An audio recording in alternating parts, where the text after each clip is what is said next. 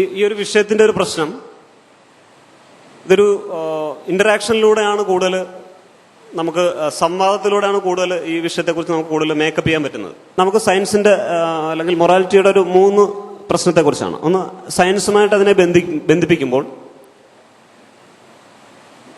സയൻസിന് മൊറാലിറ്റിയുടെ കാര്യത്തിൽ ഒന്നും ചെയ്യാനില്ല എന്നുള്ളൊരു വാദം. മറ്റൊന്ന്, സയൻസ് മൊറാലിറ്റിയെ ഇൻഫോം ചെയ്യുന്നുണ്ടെന്നൊരു വാദം. മൂന്നാമത്തെ ഒരു വാദം, സയൻസ് തന്നെ മൊറാലിറ്റി നിർമ്മിക്കാൻ പറ്റും. ഈ 21ാം നൂറ്റാണ്ടിൽ നമുക്ക് സയൻസിനെ കൊണ്ട് തന്നെ ധാർമ്മികമായ മനുഷ്യന്റെ ലക്ഷ്യങ്ങൾ പൂർത്തീകരിക്കാൻ സയൻസിലൂടെ അല്ലെങ്കിൽ സയൻസിനെ കൊണ്ട് മാത്രം കഴിയും. ഇങ്ങനൊരു 3 ധാരണകളാണ്. സയൻസിനൊന്നും ചെയ്യാനില്ല മൊറാലിറ്റിയുടെ കാര്യത്തിൽ, ധാർമ്മികതയുടെ കാര്യത്തിൽ, മനുഷ്യൻ എങ്ങനെ ജീവിക്കണമെന്ന കാര്യത്തിൽ സയൻസിനൊന്നും ചെയ്യാനില്ല എന്ന ധാരണ തെറ്റാണ്. അത് നമുക്ക് ആദ്യം തന്നെ ഉപേക്ഷിക്കാം. ഇപ്പോൾ ഒരു ഉദാഹരണം പറഞ്ഞു കഴിഞ്ഞാൽ, ഒരു 10 വർഷം മുമ്പ് ഒരു ശാസ്ത്ര പ്രചാരകനോട് നമ്മൾ ചോദിക്കുകയാണ്, ഈ നിങ്ങളുടെ ശാസ്ത്രം കൊണ്ട് മനുഷ്യന്റെ ധാർമ്മിക പുരോഗതി എങ്ങനെ സാധ്യമാകും? എന്തെങ്കിലും പറയാൻ തുടങ്ങുമ്പോൾ തന്നെ തിരിച്ച് നമ്മളോട് ചോദ്യം ചോദിക്കും, ശാസ്ത്രം ബോംബ് നിർമ്മിച്ചില്ലേ? അത് ശാസ്ത്രം ബോംബ് നിർമ്മിച്ചില്ല എന്നൊരൊറ്റ ചോദ്യത്തോടു കൂടി ധാർമ്മികതയെക്കുറിച്ച് പറയാനുള്ള എല്ലാ സാധ്യതകളും ഒരു 10 വർഷം മുമ്പ് ഒരു ശാസ്ത്ര പ്രചാരകന് നഷ്ടപ്പെടുമായിരുന്നു. ഞാൻ പരിഷത്തിലൊക്കെ പ്രവർത്തിച്ചിട്ടുള്ള കാലത്ത് പലരും ചോദിച്ചിട്ടുള്ളതാണ്, ശാസ്ത്രം ബോംബ് നിർമ്മിച്ചില്ല. അതോടുകൂടി ആ ഒരു അധ്യായം അടഞ്ഞു. ധാർമ്മികതയെക്കുറിച്ച് ശാസ്ത്രത്തിൽ എന്തെങ്കിലും പറയാനുള്ള ഒരു ധാർമ്മികത, ശാസ്ത്രത്തിന്റെ തന്നെ ധാർമ്മികത അവിടെ ചോദ്യം ചെയ്യുമായിരുന്നു ഒരു 10 വർഷം മുമ്പ്. അപ്പോൾ ഒരു 10 വർഷം മുമ്പ് തന്നെ നമ്മൾ നെറ്റിൽ സെർച്ച് ചെയ്ത് കഴിഞ്ഞാൽ ധാർമ്മികത, മൊറാലിറ്റി എന്ന് സെർച്ച് ചെയ്ത് കഴിഞ്ഞാൽ നമുക്ക് കിട്ടുക ഒരുപക്ഷെ മദർ തെരേസയുടെ പടമായിരിക്കും ധാർമ്മികതയെക്കുറിച്ച് സെർച്ച് ചെയ്താൽ കിട്ടുക. പക്ഷേ ഇപ്പം നമ്മൾ സെർച്ച് ചെയ്താൽ നമുക്ക് കിട്ടുക ഒരു കൂട്ടം ശാസ്ത്രജ്ഞന്മാരുടെ പേരാണ്. മൈക്കിൾ ഷെർമറോ, സാം ഹാരിസോ, ഡാനിയൽ ഡെന്നറ്റോ, അങ്ങനെ ഒരു കൂട്ടം ശാസ്ത്രജ്ഞന്മാരുടെ പേരുകളോ, അല്ലെങ്കിൽ മനുഷ്യന്റെ ധാർമ്മികത ശാസ്ത്രത്തിലൂടെ എങ്ങനെ പരിഹരിക്കാമെന്നുള്ള. അപ്പൊ ഈ ഒരു 10 വർഷത്തെ ഡിഫറൻസ് തന്നെ ശാസ്ത്രം ധാർമ്മികതയുടെ മേഖലയിലേക്ക് കടന്നതിന്റെ തെളിവാണ്. അപ്പൊ ഞാൻ പറഞ്ഞത് രണ്ടാമത്തെ വിഷയം, ശാസ്ത്രത്തിന് ധാർമ്മികതയെ ഇൻഫോം ചെയ്യാൻ കഴിയുമോ, അല്ലെങ്കിൽ ശാസ്ത്രത്തിന് എന്ന നമ്മൾ പറയുന്ന ശാസ്ത്ര അവബോധത്തിന്, യുക്തിചിന്തയ്ക്ക് ധാർമ്മികതയെ മുന്നോട്ട് കൊണ്ടുപോകാൻ കഴിയുമോ, അല്ലെങ്കിൽ ധാർമ്മികതയിൽ എന്തെങ്കിലും മാറ്റം വരുത്തിയിട്ടുണ്ടോ എന്ന ചോദ്യത്തെ അഡ്രസ്സ് ചെയ്യുമ്പോൾ എൻ്റെ ഒരു അഭിപ്രായത്തിൽ റീസണിങ് അല്ലെങ്കിൽ നമ്മുടെ യുക്തിചിന്ത, റാഷണലിസം അഥവാ റീസണിങ് എന്ന് പറയുന്നത് തന്നെ പ്രോഗ്രസീവാണെന്നാണ് എൻ്റെ അഭിപ്രായം. ആ ഒരു പ്രവർത്തനം തന്നെ പ്രോഗ്രസീവാണ്. പ്രോഗ്രസീവ് എന്ന പദത്തിൽ നിന്ന് റാഷണലിസത്തെ അടർത്തി മാറ്റാൻ പറ്റില്ല എന്നാണ് എൻ്റെ ഒരു നിലപാട്. അതെന്തുകൊണ്ടെന്നാൽ അത് വിശദീകരിക്കേണ്ടതുണ്ട്. നമ്മുടെ കോഗ്നിറ്റീവ് കപ്പാസിറ്റികളിൽ റീസണിങ്ങിന് മാത്രം, അല്ലെ റാഷണാലിറ്റിക്ക് മാത്രം ഒരു പ്രത്യേകതയുണ്ട്. അത് മറ്റൊന്നും പോലെയല്ല. ഓർമ്മയാണെങ്കിലും അല്ലെങ്കിൽ ജ്ഞാനം നേടാനുള്ള മറ്റു മാർഗം എന്താണെങ്കിൽ പോലും റാഷണലിസം സംവദിക്കുന്നത് പരസ്പരമാണ്. ഇപ്പം ഞാനൊരാളുമായിട്ട് യുക്തിപരമായ ഒരു സംവാദത്തിൽ ഏർപ്പെട്ടു കഴിഞ്ഞാൽ അയാൾ പറയുന്ന കാര്യത്തെ അയാളുടെ പ്രതിനിധിയാണ് അവിടെ ഞാൻ, എൻ്റെ പ്രതിനിധിയാണ് എന്നോട് സംസാരിക്കുന്ന ആൾ. അപ്പം അങ്ങോട്ടും ഇങ്ങോട്ടും പരസ്പരം പ്രതിനിധാനം ചെയ്യാനുള്ള നമ്മുടെ ഒരേ ഒരു സവിശേഷത റാഷണാലിറ്റിക്ക് മാത്രമാണ്. മറ്റൊന്നിനും, നമ്മുടെ മറ്റൊരു കഴിവിനും അങ്ങനെ പരസ്പരം പ്രതിനിധാനം ചെയ്യാൻ പറ്റുമെന്ന് എനിക്ക് തോന്നുന്നില്ല. ഇപ്പം സ്നേഹിക്കുക അല്ലെങ്കിൽ നമ്മൾ ഏതെങ്കിലും കാര്യങ്ങളിൽ ഏർപ്പെടുകയാണെങ്കിൽ പോലും പരസ്പരം പ്രതിനിധാനം ചെയ്യാൻ കഴിയില്ല. അപ്പോൾ ഈ സയൻസ് വന്നതോടുകൂടി ഈ റാഷണലിസത്തിന് ഈ ഒരു കപ്പാസിറ്റി വന്നു, മനുഷ്യനെ പരസ്പരം അങ്ങോട്ടും ഇങ്ങോട്ടും പ്രതിനിധാനം ചെയ്യാൻ. അതിലൂടെയാണ്, ആ സംവാദത്തിലൂടെയാണ് ഈ നമ്മുടെ ഈ ജ്ഞാനമാർഗം, സയന്റിഫിക് മാർഗം ഉരുത്തിരിഞ്ഞു വന്നത് എന്നാണ് എൻ്റെ അഭിപ്രായം. ഇപ്പോൾ ശങ്കരന്റെ യുക്തി എന്നൊക്കെ പറയാറുണ്ട്. ശങ്കരന്റെ യുക്തി ഒരിക്കലും പ്രോഗ്രസീവ് അല്ല. കാരണം എന്താണ്? അത് ശങ്കരനിൽ മാത്രമാണ്, ആ ഇൻഡിവിജ്വൽ മാത്രമാണ്. പക്ഷെ റാഷണൽ എന്ന് പറയുന്നത് ഇൻഡിവിജ്വൽ അല്ല, കളക്റ്റീവാണ്. പരസ്പര സംവേദത്തിലൂടെയാണ്, പരസ്പരം അങ്ങോട്ടും ഇങ്ങോട്ടും പ്രാതിനിധ്യത്തിലൂടെ മാത്രമാണ് റാഷണലിസം വരുന്നത്. അതുകൊണ്ട് തന്നെ റാഷണലിസം സ്വയം പ്രോഗ്രസീവാണ്, പുരോഗമനാത്മകമാണ്. അപ്പൊ ഈ റാഷണലിസം വന്നതിന് ശേഷമാണ് സമൂഹത്തിൽ ഒരു മാറ്റം ഉണ്ടായിട്ടുള്ളത്. അതായത് സയൻസിന് മുമ്പും സയൻസിന് ശേഷവും എന്ന് ധാർമ്മികയെ നമുക്ക് കൃത്യമായിട്ട് നിർവചിക്കാൻ കഴിയും എന്നാണ് ഞാൻ വിചാരിക്കുന്നത്. പക്ഷെ എന്നിട്ടും ധാർമ്മികത എന്ന് കേൾക്കുമ്പോൾ ആ സ്ഥാനത്തേക്ക് സയൻസ് എന്തുകൊണ്ട് വരുന്നില്ല എന്ന് ചോദിച്ചു കഴിഞ്ഞാൽ അത് നമ്മുടെ ഒരു സെൽഫ് ഡിസെപ്ഷനാണ്, നമ്മുടെ സ്വയം വഞ്ചനയാണ്. കാരണം ഒരു പദത്തിന് ശേഷം മറ്റൊരു പദം കൂട്ടിച്ചേർത്ത് ഓർമ്മിക്കപ്പെടുക എന്നുള്ളത് നമ്മുടെ മനുഷ്യ മസ്തിഷ്കത്തിന്റെ ഒരു സ്വഭാവമാണ്. ഇപ്പൊ ഉദാഹരണത്തിന് കമ്മ്യൂണിസം എന്ന് കേട്ട് കഴിഞ്ഞാൽ അതിനെക്കുറിച്ച് 2 വാചകം പറഞ്ഞു കഴിഞ്ഞാൽ ഉടനെ അടുത്ത ആൾ ചോദിക്കും എന്തുകൊണ്ടാണ് മുതലാളിത്തത്തെക്കുറിച്ച് പറയാതിരുന്നത്. ഇപ്പൊ കമ്മ്യൂണിസത്തിന് ശേഷം അടുത്തത് വരേണ്ടത് മുതലാളിത്തം. നമ്മൾ ഘടോൽക്കത്തിനെ കുറിച്ച് പറയുകയാണ്. അപ്പോൾ നമ്മളൊരു 2 സെന്റൻസ് പറഞ്ഞതിന് ശേഷം ചോദിക്കും എന്തുകൊണ്ടാണ് നിങ്ങൾ ഭീമനെ കുറിച്ച് പറയാതിരുന്നത്. അപ്പൊ ഇതൊരു വാക്കുകളുടെ ഒരു ബന്ധമുണ്ട്. അതൊരു മനുഷ്യന്റെ ഒരു സെൽഫ് ഡിസെപ്ഷൻ കൂടെയാണ്. അതായത് ബന്ധപ്പെടാത്ത 2 വാക്കുകളെ തമ്മിൽ ബന്ധിപ്പിച്ചു കഴിഞ്ഞാൽ അതെക്കാലം ഓർത്തിരിക്കും എന്ന് പറഞ്ഞ പോലെ തന്നെയാണ് ഈ ധാർമ്മികതയുടെ ഒരു വിഷയത്തിൽ. ധാർമ്മികത എന്ന വാക്കിന് ശേഷം നെക്സ്റ്റ് പദമായിട്ട് നമ്മുടെ മനസ്സിലേക്ക് വരുന്നത് മതമാണ്, അല്ലെങ്കിൽ ഫിലോസഫി വരത്തുള്ളൂ. ഇപ്പൊ ഞാൻ പറഞ്ഞ 3-ാമത്തെ ഒരു ഘട്ടം, അതായത് സയൻസിന് ധാർമ്മികതയെ നിശ്ചയിക്കാൻ കഴിയുമോ എന്നുള്ള ചോദ്യത്തിൽ നിശ്ചയിക്കാൻ കഴിയുമെന്നാണ് എൻ്റെ ഒരു അഭിപ്രായം. ഇപ്പോൾ നമ്മുടെ ജീവിവർഗങ്ങളുടെ അല്ലെങ്കിൽ ബോധ ജീവികളുടെ സർവൈവൽ, അല്ലെങ്കിൽ ക്രിയേച്ചറിന്റെ ബോധമുള്ള ജീവികളുടെ ഒരു വെൽബീയിങ്, അത് സാധ്യമാക്കാൻ ഇന്ന് സയൻസിന് കഴിയും. ആ ഒരു കൺസെപ്റ്റ് ഇപ്പൊ നമ്മുടെ സാമൂഹ്യ പുരോഗതിക്ക് നമ്മൾ ആസ്പദമാക്കിയിരുന്നത് ഇതുവരെ ഫിലോസഫിയുടെ ഒരു കൺസെപ്റ്റ് ആയിരുന്നു. സമത്വം എന്ന ഒരു വാദമാണ്. സമത്വം എന്ന് പറയുമ്പോൾ അത് നമുക്കൊരു നിർവചനീയം, പലപ്പോഴും നിർവചനീയമല്ല. സമത്വം ഉണ്ടോ, അപ്പൊ സമത്വം ഇല്ല എന്നുള്ളൊരു ചോദ്യം വരും.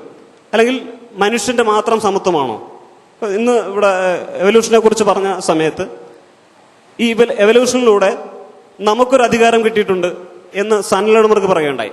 നമുക്ക് കിട്ടിയ അധികാരം മറ്റു ജീവികളെ കൂടെ കെയർ ചെയ്യാനുള്ളൊരു അധികാരം നമുക്ക് കിട്ടിയിട്ടുണ്ട്. അല്ല, മറ്റു ജീവികളെ കൂടെ കെയർ ചെയ്യാനുള്ളൊരു പദവി മനുഷ്യന്, ബോധമുള്ള മനുഷ്യൻ എന്ന നിലയിൽ മനുഷ്യന് കിട്ടിയിട്ടുണ്ട്. അപ്പൊ ഈ ഒരു പദവി വെച്ചിട്ട് ഈ കോൺഷ്യസ് ക്രിയേച്ചേഴ്സിന്റെ വെൽബീയിങ് സാധ്യമാക്കാം എന്നതൊരു സയന്റിഫിക് അപ്രോച്ചിലൂടെ ഇന്ന് നമ്മൾ അറിയാതെ തന്നെ സയൻസ് നമ്മളെ ധാർമ്മികമായിട്ട് സ്വാധീനിക്കുന്നുണ്ട്.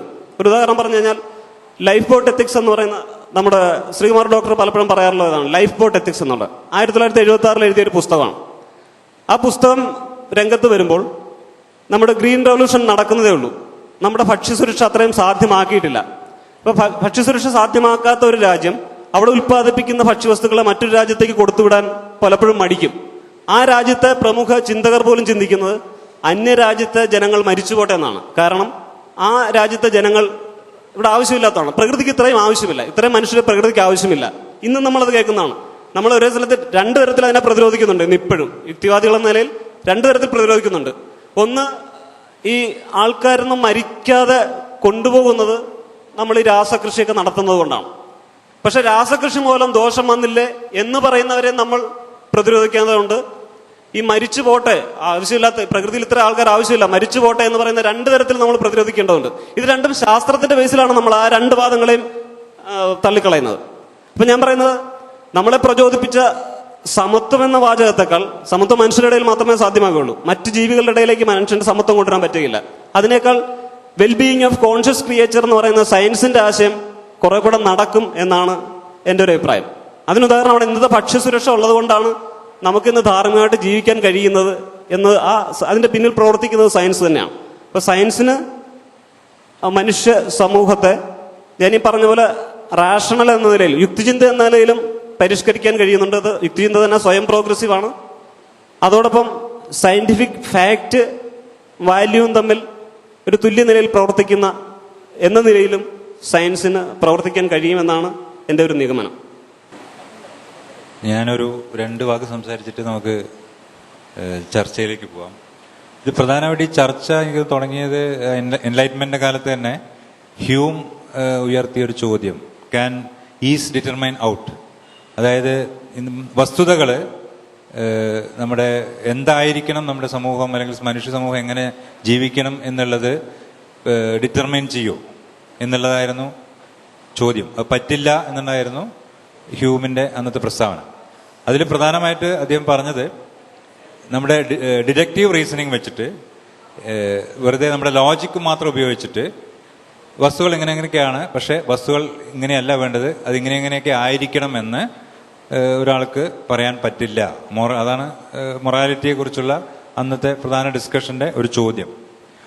അപ്പോൾ whether is can determine out, അത് പറ്റില്ല എന്നുള്ളൊരു അഭിപ്രായമായിരുന്നു. പക്ഷെ ബേസിക്കലി അത് അന്നത്തെ ഡിഡക്റ്റീവ് റീസണിങ്, എംപെരിക്കൽ എവിഡൻസ് വെച്ചിട്ടല്ല, ഡിഡക്റ്റീവ് റീസണിങ് വെച്ചിട്ടുള്ള സംഭവമായിരുന്നു. ഇവിടെ വെച്ചിട്ടുള്ള ഈ ഫസ്റ്റ് സ്ലൈഡില് വെദർ മൊറാലിറ്റി, ധാർമ്മികതയും ശാസ്ത്രവും തമ്മിൽ ഒരു ബന്ധവുമില്ല എന്ന് വിശ്വസിക്കുന്നവർ ആരും ഉണ്ടാവില്ല എന്ന് വിചാരിക്കുന്നു. Whether science can inform morality, definitely സയൻസിന് എന്തായാലും മൊറാലിറ്റി ഇൻഫോം ചെയ്യാൻ പറ്റും. ഇൻഫോം ചെയ്യാൻ മാത്രമല്ല, മൊറൽ വാല്യൂസിനെ, ധാർമ്മിക നിലപാടുകളെ ഒരു പരിധിവരെ മാറ്റിമറയ്ക്കാനും ശാസ്ത്രത്തിന് സാധിക്കും എന്നുള്ള അഭിപ്രായമുള്ള ഒരാളാണ് ഞാൻ. ഉദാഹരണത്തിന് ഇപ്പോൾ നമ്മൾ ഇവിടെ ഇന്ന് ചർച്ച ചെയ്ത ഒരു വിഷയം, ഇന്ന് ചർച്ച ചെയ്തില്ലെങ്കിൽ നാളെ ചർച്ച ചെയ്യാൻ പോകുന്ന വിഷയം ഈ ദളിത് ഇഷ്യൂസ് അല്ലെങ്കിൽ റേസിസം, വർണ്ണവെറി, ഇങ്ങനത്തെ കാര്യങ്ങളിലൊക്കെ തന്നെ നമ്മളിപ്പോൾ ഇവൻ ഡാർവിൻ്റെ ഒറിജിൻ ഓഫ് സ്പീഷീസ് എടുത്താൽ തന്നെ അദ്ദേഹത്തിൻ്റെ ഒരു ധാരണ വെള്ളക്കാരൊഴിച്ചുള്ള മറ്റുള്ളവരെല്ലാം കുറച്ച് മോശക്കാരായിട്ടുള്ള ആൾക്കാരാണെന്നായിരുന്നു ഡാർവിൻ്റെ ധാരണ. ഇന്ന് ഡാർവിൻ നമ്മളൊരു വളരെ വിഖ്യാതനായ ഒരു ശാസ്ത്രജ്ഞനാണ്. ഇന്ന് ഒരു ശാസ്ത്രജ്ഞനും ഇങ്ങനെ ഒരു റേസിസ്റ്റ് മെന്റാലിറ്റി ഉണ്ടാവില്ല. അത് ഉണ്ടാവാതിരിക്കാനുള്ള കാരണം അവരെല്ലാവരും വളരെ ഹ്യൂമനിസ്റ്റുകളായി, വളരെ എമ്പതിയുള്ള ആൾക്കാരായി എന്നുള്ളത് കൊണ്ട് മാത്രമല്ല. ഒരു ഫാക്ടർ അതായിരിക്കാം. എങ്കിലും ശാസ്ത്രത്തിന് മനസ്സിലായി ഈ പലതരം നിറങ്ങളുള്ള മനുഷ്യന്മാർ തമ്മിൽ പ്രത്യേകിച്ച് ഒരു വ്യത്യാസവും ഇല്ല എന്നല്ല. അപ്പൊ അതുകൂടി അതിനെ കോൺട്രിബ്യൂട്ട് ചെയ്തിട്ടുണ്ട്, മോഡിഫൈ ചെയ്തിട്ടുണ്ട്. ഇവിടെ വന്ന മറ്റൊരു ചർച്ച ഇന്ന് വന്നത് LGBT ഇഷ്യൂലാണ്. അപ്പോൾ വളരെ അടുത്ത കാലം വരെ ഇവരെല്ലാം മാനസിക രോഗികളാണ്, LGBT ആളുകളെല്ലാം തന്നെ മാനസിക രോഗികളാണെന്നായിരുന്നു പൊതുസമൂഹത്തിന്റെ നിലപാട്. ശാസ്ത്രത്തിന്റെ നിലപാട് പോലും അതായിരുന്നു. എന്നാൽ കൂടുതൽ കൂടുതൽ പഠനങ്ങളും എവിഡൻസുകളും കൊണ്ട് നമുക്കത് മനസ്സിലായാൽ ശരിയല്ല എന്നുള്ളത്. അങ്ങനെ തന്നെയാണ് നമ്മുടെ നമ്മുടെ ധാർമ്മിക മൂല്യങ്ങൾ ഈ വിഷയത്തിൽ മാറി. നമ്മൾ ഇന്ത്യയിൽ പറഞ്ഞ മാതിരി ഇപ്പോഴും നിയമപരമായിട്ട് മാറിയിട്ടില്ലെങ്കിലും സമൂഹത്തിൽ ഒരു വലിയൊരു അളവ് വരെ മാറ്റാൻ കഴിഞ്ഞിട്ടുണ്ട്. അപ്പം അതുകൊണ്ട് ഞാൻ വാദിക്കുന്നത് ശാസ്ത്രത്തിന് വലിയൊരു അളവ് വരെ ഇൻഫോം ചെയ്യാൻ മാത്രമല്ല മോഡിഫൈ ചെയ്യാനും പറ്റും. ഡിറ്റർമിൻ ചെയ്യാൻ പറ്റുമോ എന്നുള്ളത് നമുക്ക് ഇപ്പോഴും ചർച്ച ചെയ്യാം. അത് പല അഭിപ്രായം ഞാൻ അതിനെക്കുറിച്ചൊന്നും പറയുന്നില്ല. ഇനി ചർച്ചയിലേക്ക് കടക്കാം. ഞാനും അനുവായിട്ട് ഈ വിഷയം 3 ദിവസം ചർച്ച ചെയ്തു. എനിക്കൊരു ധാരണ ഇപ്പൊ കിട്ടിയിട്ടുണ്ട്. ധാരണ കിട്ടിയെങ്കിൽ തന്നെയും ഇന്ന് വൈകുന്നേരം അനു നമ്മുടെ ഡിങ്ക മതത്തിന്റെ പ്രവാചകനോടുണ്ടായിരുന്നു.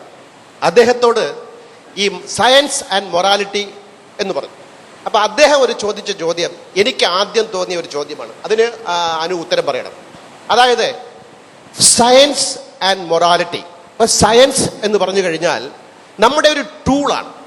ഈ പ്രപഞ്ചത്തെ നമ്മെ അറിയാനുള്ള ഒരു ടൂളാണ് സയൻസ്. ഈ ടൂളിനെ നിങ്ങൾ എന്തുകൊണ്ട് സയൻസ് മൊറാലിറ്റി എന്നതിനെ കൊണ്ട് ബന്ധിപ്പിക്കുന്നു? അതിന്റെ ആവശ്യമുണ്ടോ? എനിക്ക് ആദ്യം തോന്നിയ ചോദ്യമാണ്. ഒരാൾ എന്നോട് ചോദിക്കുകയും ചെയ്തു. അതിന് ആദ്യം ഉത്തരം തരിക. ബാക്കി 2 ചോദ്യങ്ങളുണ്ട്. ചോദ്യത്തിലെ സയൻസിനെ എന്തുകൊണ്ട് മൊറാലിറ്റിയിൽ കൊണ്ട് ബന്ധിപ്പിക്കുന്നു, അതല്ലേ ചോദ്യം? അപ്പം ഈ എന്താണ് മൊറാലിറ്റി എന്നുള്ളതാണ് ഫസ്റ്റ് നമ്മൾ നിർണ്ണയിക്കേണ്ടത്. അപ്പം ധാർമ്മികത എന്ന് പറഞ്ഞാൽ ഇപ്പോൾ എവിടുന്നാണ് ധാർമ്മികത വരുന്നത്? നമ്മൾ പരസ്പര സഹകരണമുണ്ടല്ലോ, മനുഷ്യർ തമ്മിലുള്ള പരസ്പര സഹകരണത്തിൻ്റെ ഒരു അടിസ്ഥാന ക്രോഡീകരണമാണ്. പരസ്പര സഹകരണത്തിൽ ഉപയോഗിക്കുന്ന ടൂളാണ് ധാർമ്മികത, അല്ലേ? നമ്മൾ രണ്ടുപേരും ഒരു ഐലൻഡിൽ ഒറ്റപ്പെടുകയാണെന്ന് സങ്കല്പിക്കാം. ഇവിടെ നമ്മൾ തമ്മിലുള്ള ഒരു ഇടപാടിന് ചില നിയമങ്ങളൊക്കെ വേണം, അല്ലെങ്കിൽ ചില രീതികൾ വേണം.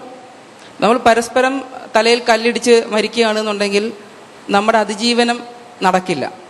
അതിജീവനം നടക്കില്ല എന്ന് മാത്രമല്ല, നമ്മളുടെ ക്ഷേമം നടക്കപ്പെടുന്നില്ല, അല്ലേ? അപ്പം ഇവിടെ നമ്മുടെ അതിജീവനത്തെ മെച്ചപ്പെടുത്തുക എന്നൊരു ലക്ഷ്യം വരുന്നു. ഓരോ വ്യക്തിക്കും, ഓരോ കോൺഷ്യസ് ക്രീച്ചേഴ്സിനും സ്വന്തം അതിജീവനം മെച്ചപ്പെടുത്തുക എന്നൊരു ലക്ഷ്യം വരുന്നു. നമ്മൾ ഭൂമിയിൽ ജീവിക്കുന്നതോടുകൂടി അങ്ങനെ ഒരു ലക്ഷ്യവും നമ്മളിൽ നിക്ഷിപ്തമാകുന്നു. ആ പോയിന്റ് മനസ്സിലായിട്ടുണ്ടോ? അങ്ങനെ വന്നാൽ അതിജീവനം മെച്ചപ്പെടുത്തുക എന്നുള്ളതിലേക്കായി നമ്മുടെ പ്രകൃതി നിർദ്ധാരണം മതിയാവാതെ വരുന്നു. കാരണം പ്രകൃതി നിർദ്ധാരണം ആകെ കൂടെ ചെയ്യുന്നത് നമ്മളുടെ ബയോളജിക്കൽ സർവൈവൽ സാധ്യമാക്കുക എന്നുള്ളത് മാത്രമാണ്. അതായത് നമ്മുടെ അതിജീവനം സാധ്യമാക്കുക. എന്നാൽ അതിജീവനം മാത്രമല്ല ക്ഷേമം. ക്ഷേമം എന്നാൽ ഫ്ലറിഷിംഗ് ആണ്. അതിജീവിക്കുക എന്നുള്ളത് മാത്രമല്ല ഒരു മനുഷ്യൻ ചെയ്യുന്നത്, അല്ലേ? ഇപ്പം ഞാനൊരു പുരുഷൻ എന്ന രീതിയിൽ എൻ്റെ അതിജീവത്തെ സഹായിക്കുന്ന ഒരു പ്രവൃത്തി മാത്രമാണ് ഞാൻ ചെയ്യേണ്ടതെന്നുണ്ടെങ്കിൽ എൻ്റെ ജീവിത ലക്ഷ്യം തന്നെ സ്പേം ബാങ്കിൽ പോയി സ്പേം ഡൊണേറ്റ് ചെയ്യുക എന്നുള്ളതാണ്. നാച്ചുറൽ സെലക്ഷൻ അനുസരിച്ച് ഞാൻ ജീവിക്കുകയാണ് എങ്കിൽ ഞാൻ അതാണ് ചെയ്യേണ്ടത്. പക്ഷെ അതല്ല ഞാനൊരു ക്ഷേമത്തിൻ്റെ ഒരു പര്യായമായി കാണുന്നത്. ക്ഷേമം എന്ന് പറഞ്ഞാൽ സുഹൃത്തുക്കളുമായിട്ടുള്ള സന്തോഷം, വായന, സിനിമ കാണൽ, ഇങ്ങനെ മറ്റ് ഒരുപാട് ഘടകങ്ങൾ കൂടി വരുന്നു. അപ്പം നമ്മൾ ഈ ഒരു ലാൻഡ്സ്കേപ്പിലൂടെ നാവിഗേറ്റ് ചെയ്യുമ്പോൾ ഈ ക്ഷേമം, സന്തോഷം, സംതൃപ്തി ഇങ്ങനെയുള്ളൊരു ലാൻഡ്സ്കേപ്പിൽ കൂടെ നാവിഗേറ്റ് ചെയ്യുമ്പോൾ നമുക്ക് ഈ പ്രകൃതിയെക്കുറിച്ചുള്ള ചില വസ്തുതകളെക്കുറിച്ചുള്ള ധാരണ ഉണ്ടാക്കേണ്ടി വരുന്നു, അല്ലേ? ഇപ്പം പരജീവിതമുണ്ടോ, അല്ലെങ്കിൽ മരണത്തിന് ശേഷം ജീവിതമുണ്ടോ എന്നുള്ളത് ഈ പ്രപഞ്ചത്തിൻ്റെ പ്രവർത്തനത്തെക്കുറിച്ചുള്ള ഒരു വസ്തുതാപരമായ നിലപാടാണ്. ഒന്നുകിൽ ശരിയാവാം, അല്ലെങ്കിൽ തെറ്റാവാം, അല്ലേ? അപ്പം ഈ വസ്തുത ശരിയായാലും തെറ്റായാലും ഈ വസ്തുതയെ ബേസ് ചെയ്ത് ഞാൻ ചില ധാർമ്മിക മൂല്യങ്ങൾ ഉരുത്തിരിഞ്ഞെടുക്കുന്നു. ഈ വസ്തുതയെ ബേസ് ചെയ്ത്. അപ്പം ഈ വസ്തുത തെറ്റാണ് എങ്കിൽ ആ വസ്തുതയെ ബേസ് ചെയ്ത് ഞാൻ ഉണ്ടാക്കിയിരിക്കുന്ന എൻ്റെ മൂല്യവും തെറ്റാവാൻ സാധ്യതയുണ്ടെന്നല്ല, തെറ്റായേ തീരൂ, അല്ലേ? അപ്പം ഈ വസ്തുതകൾ, പ്രപഞ്ചത്തിൻ്റെ പ്രവർത്തനത്തെക്കുറിച്ച് നമ്മൾ മനസ്സിലാക്കുന്ന വസ്തുതകൾ ശരിയാവുക എന്നത് ധാർമ്മിക മൂല്യ വ്യവസ്ഥിതി നിർമ്മിച്ചെടുക്കുന്നതിൽ ഒരു അടിസ്ഥാന ഘടകമാണ്. മതങ്ങൾ അത് ചെയ്യാൻ ശ്രമിച്ചു ഒരു കാലത്ത്. പ്രപഞ്ചം എങ്ങനെ പ്രവർത്തിക്കുന്നു എന്നതിനെക്കുറിച്ച് തെറ്റായ ചില ധാരണകളുടെ പുറത്താണ് മതങ്ങളുടെ ധാർമ്മിക മൂല്യങ്ങൾ ഉരുത്തിരിഞ്ഞു വന്നത്. പിന്നീട് ആ റോള് പൂർണ്ണമായും സയൻസ് ഏറ്റെടുത്തു.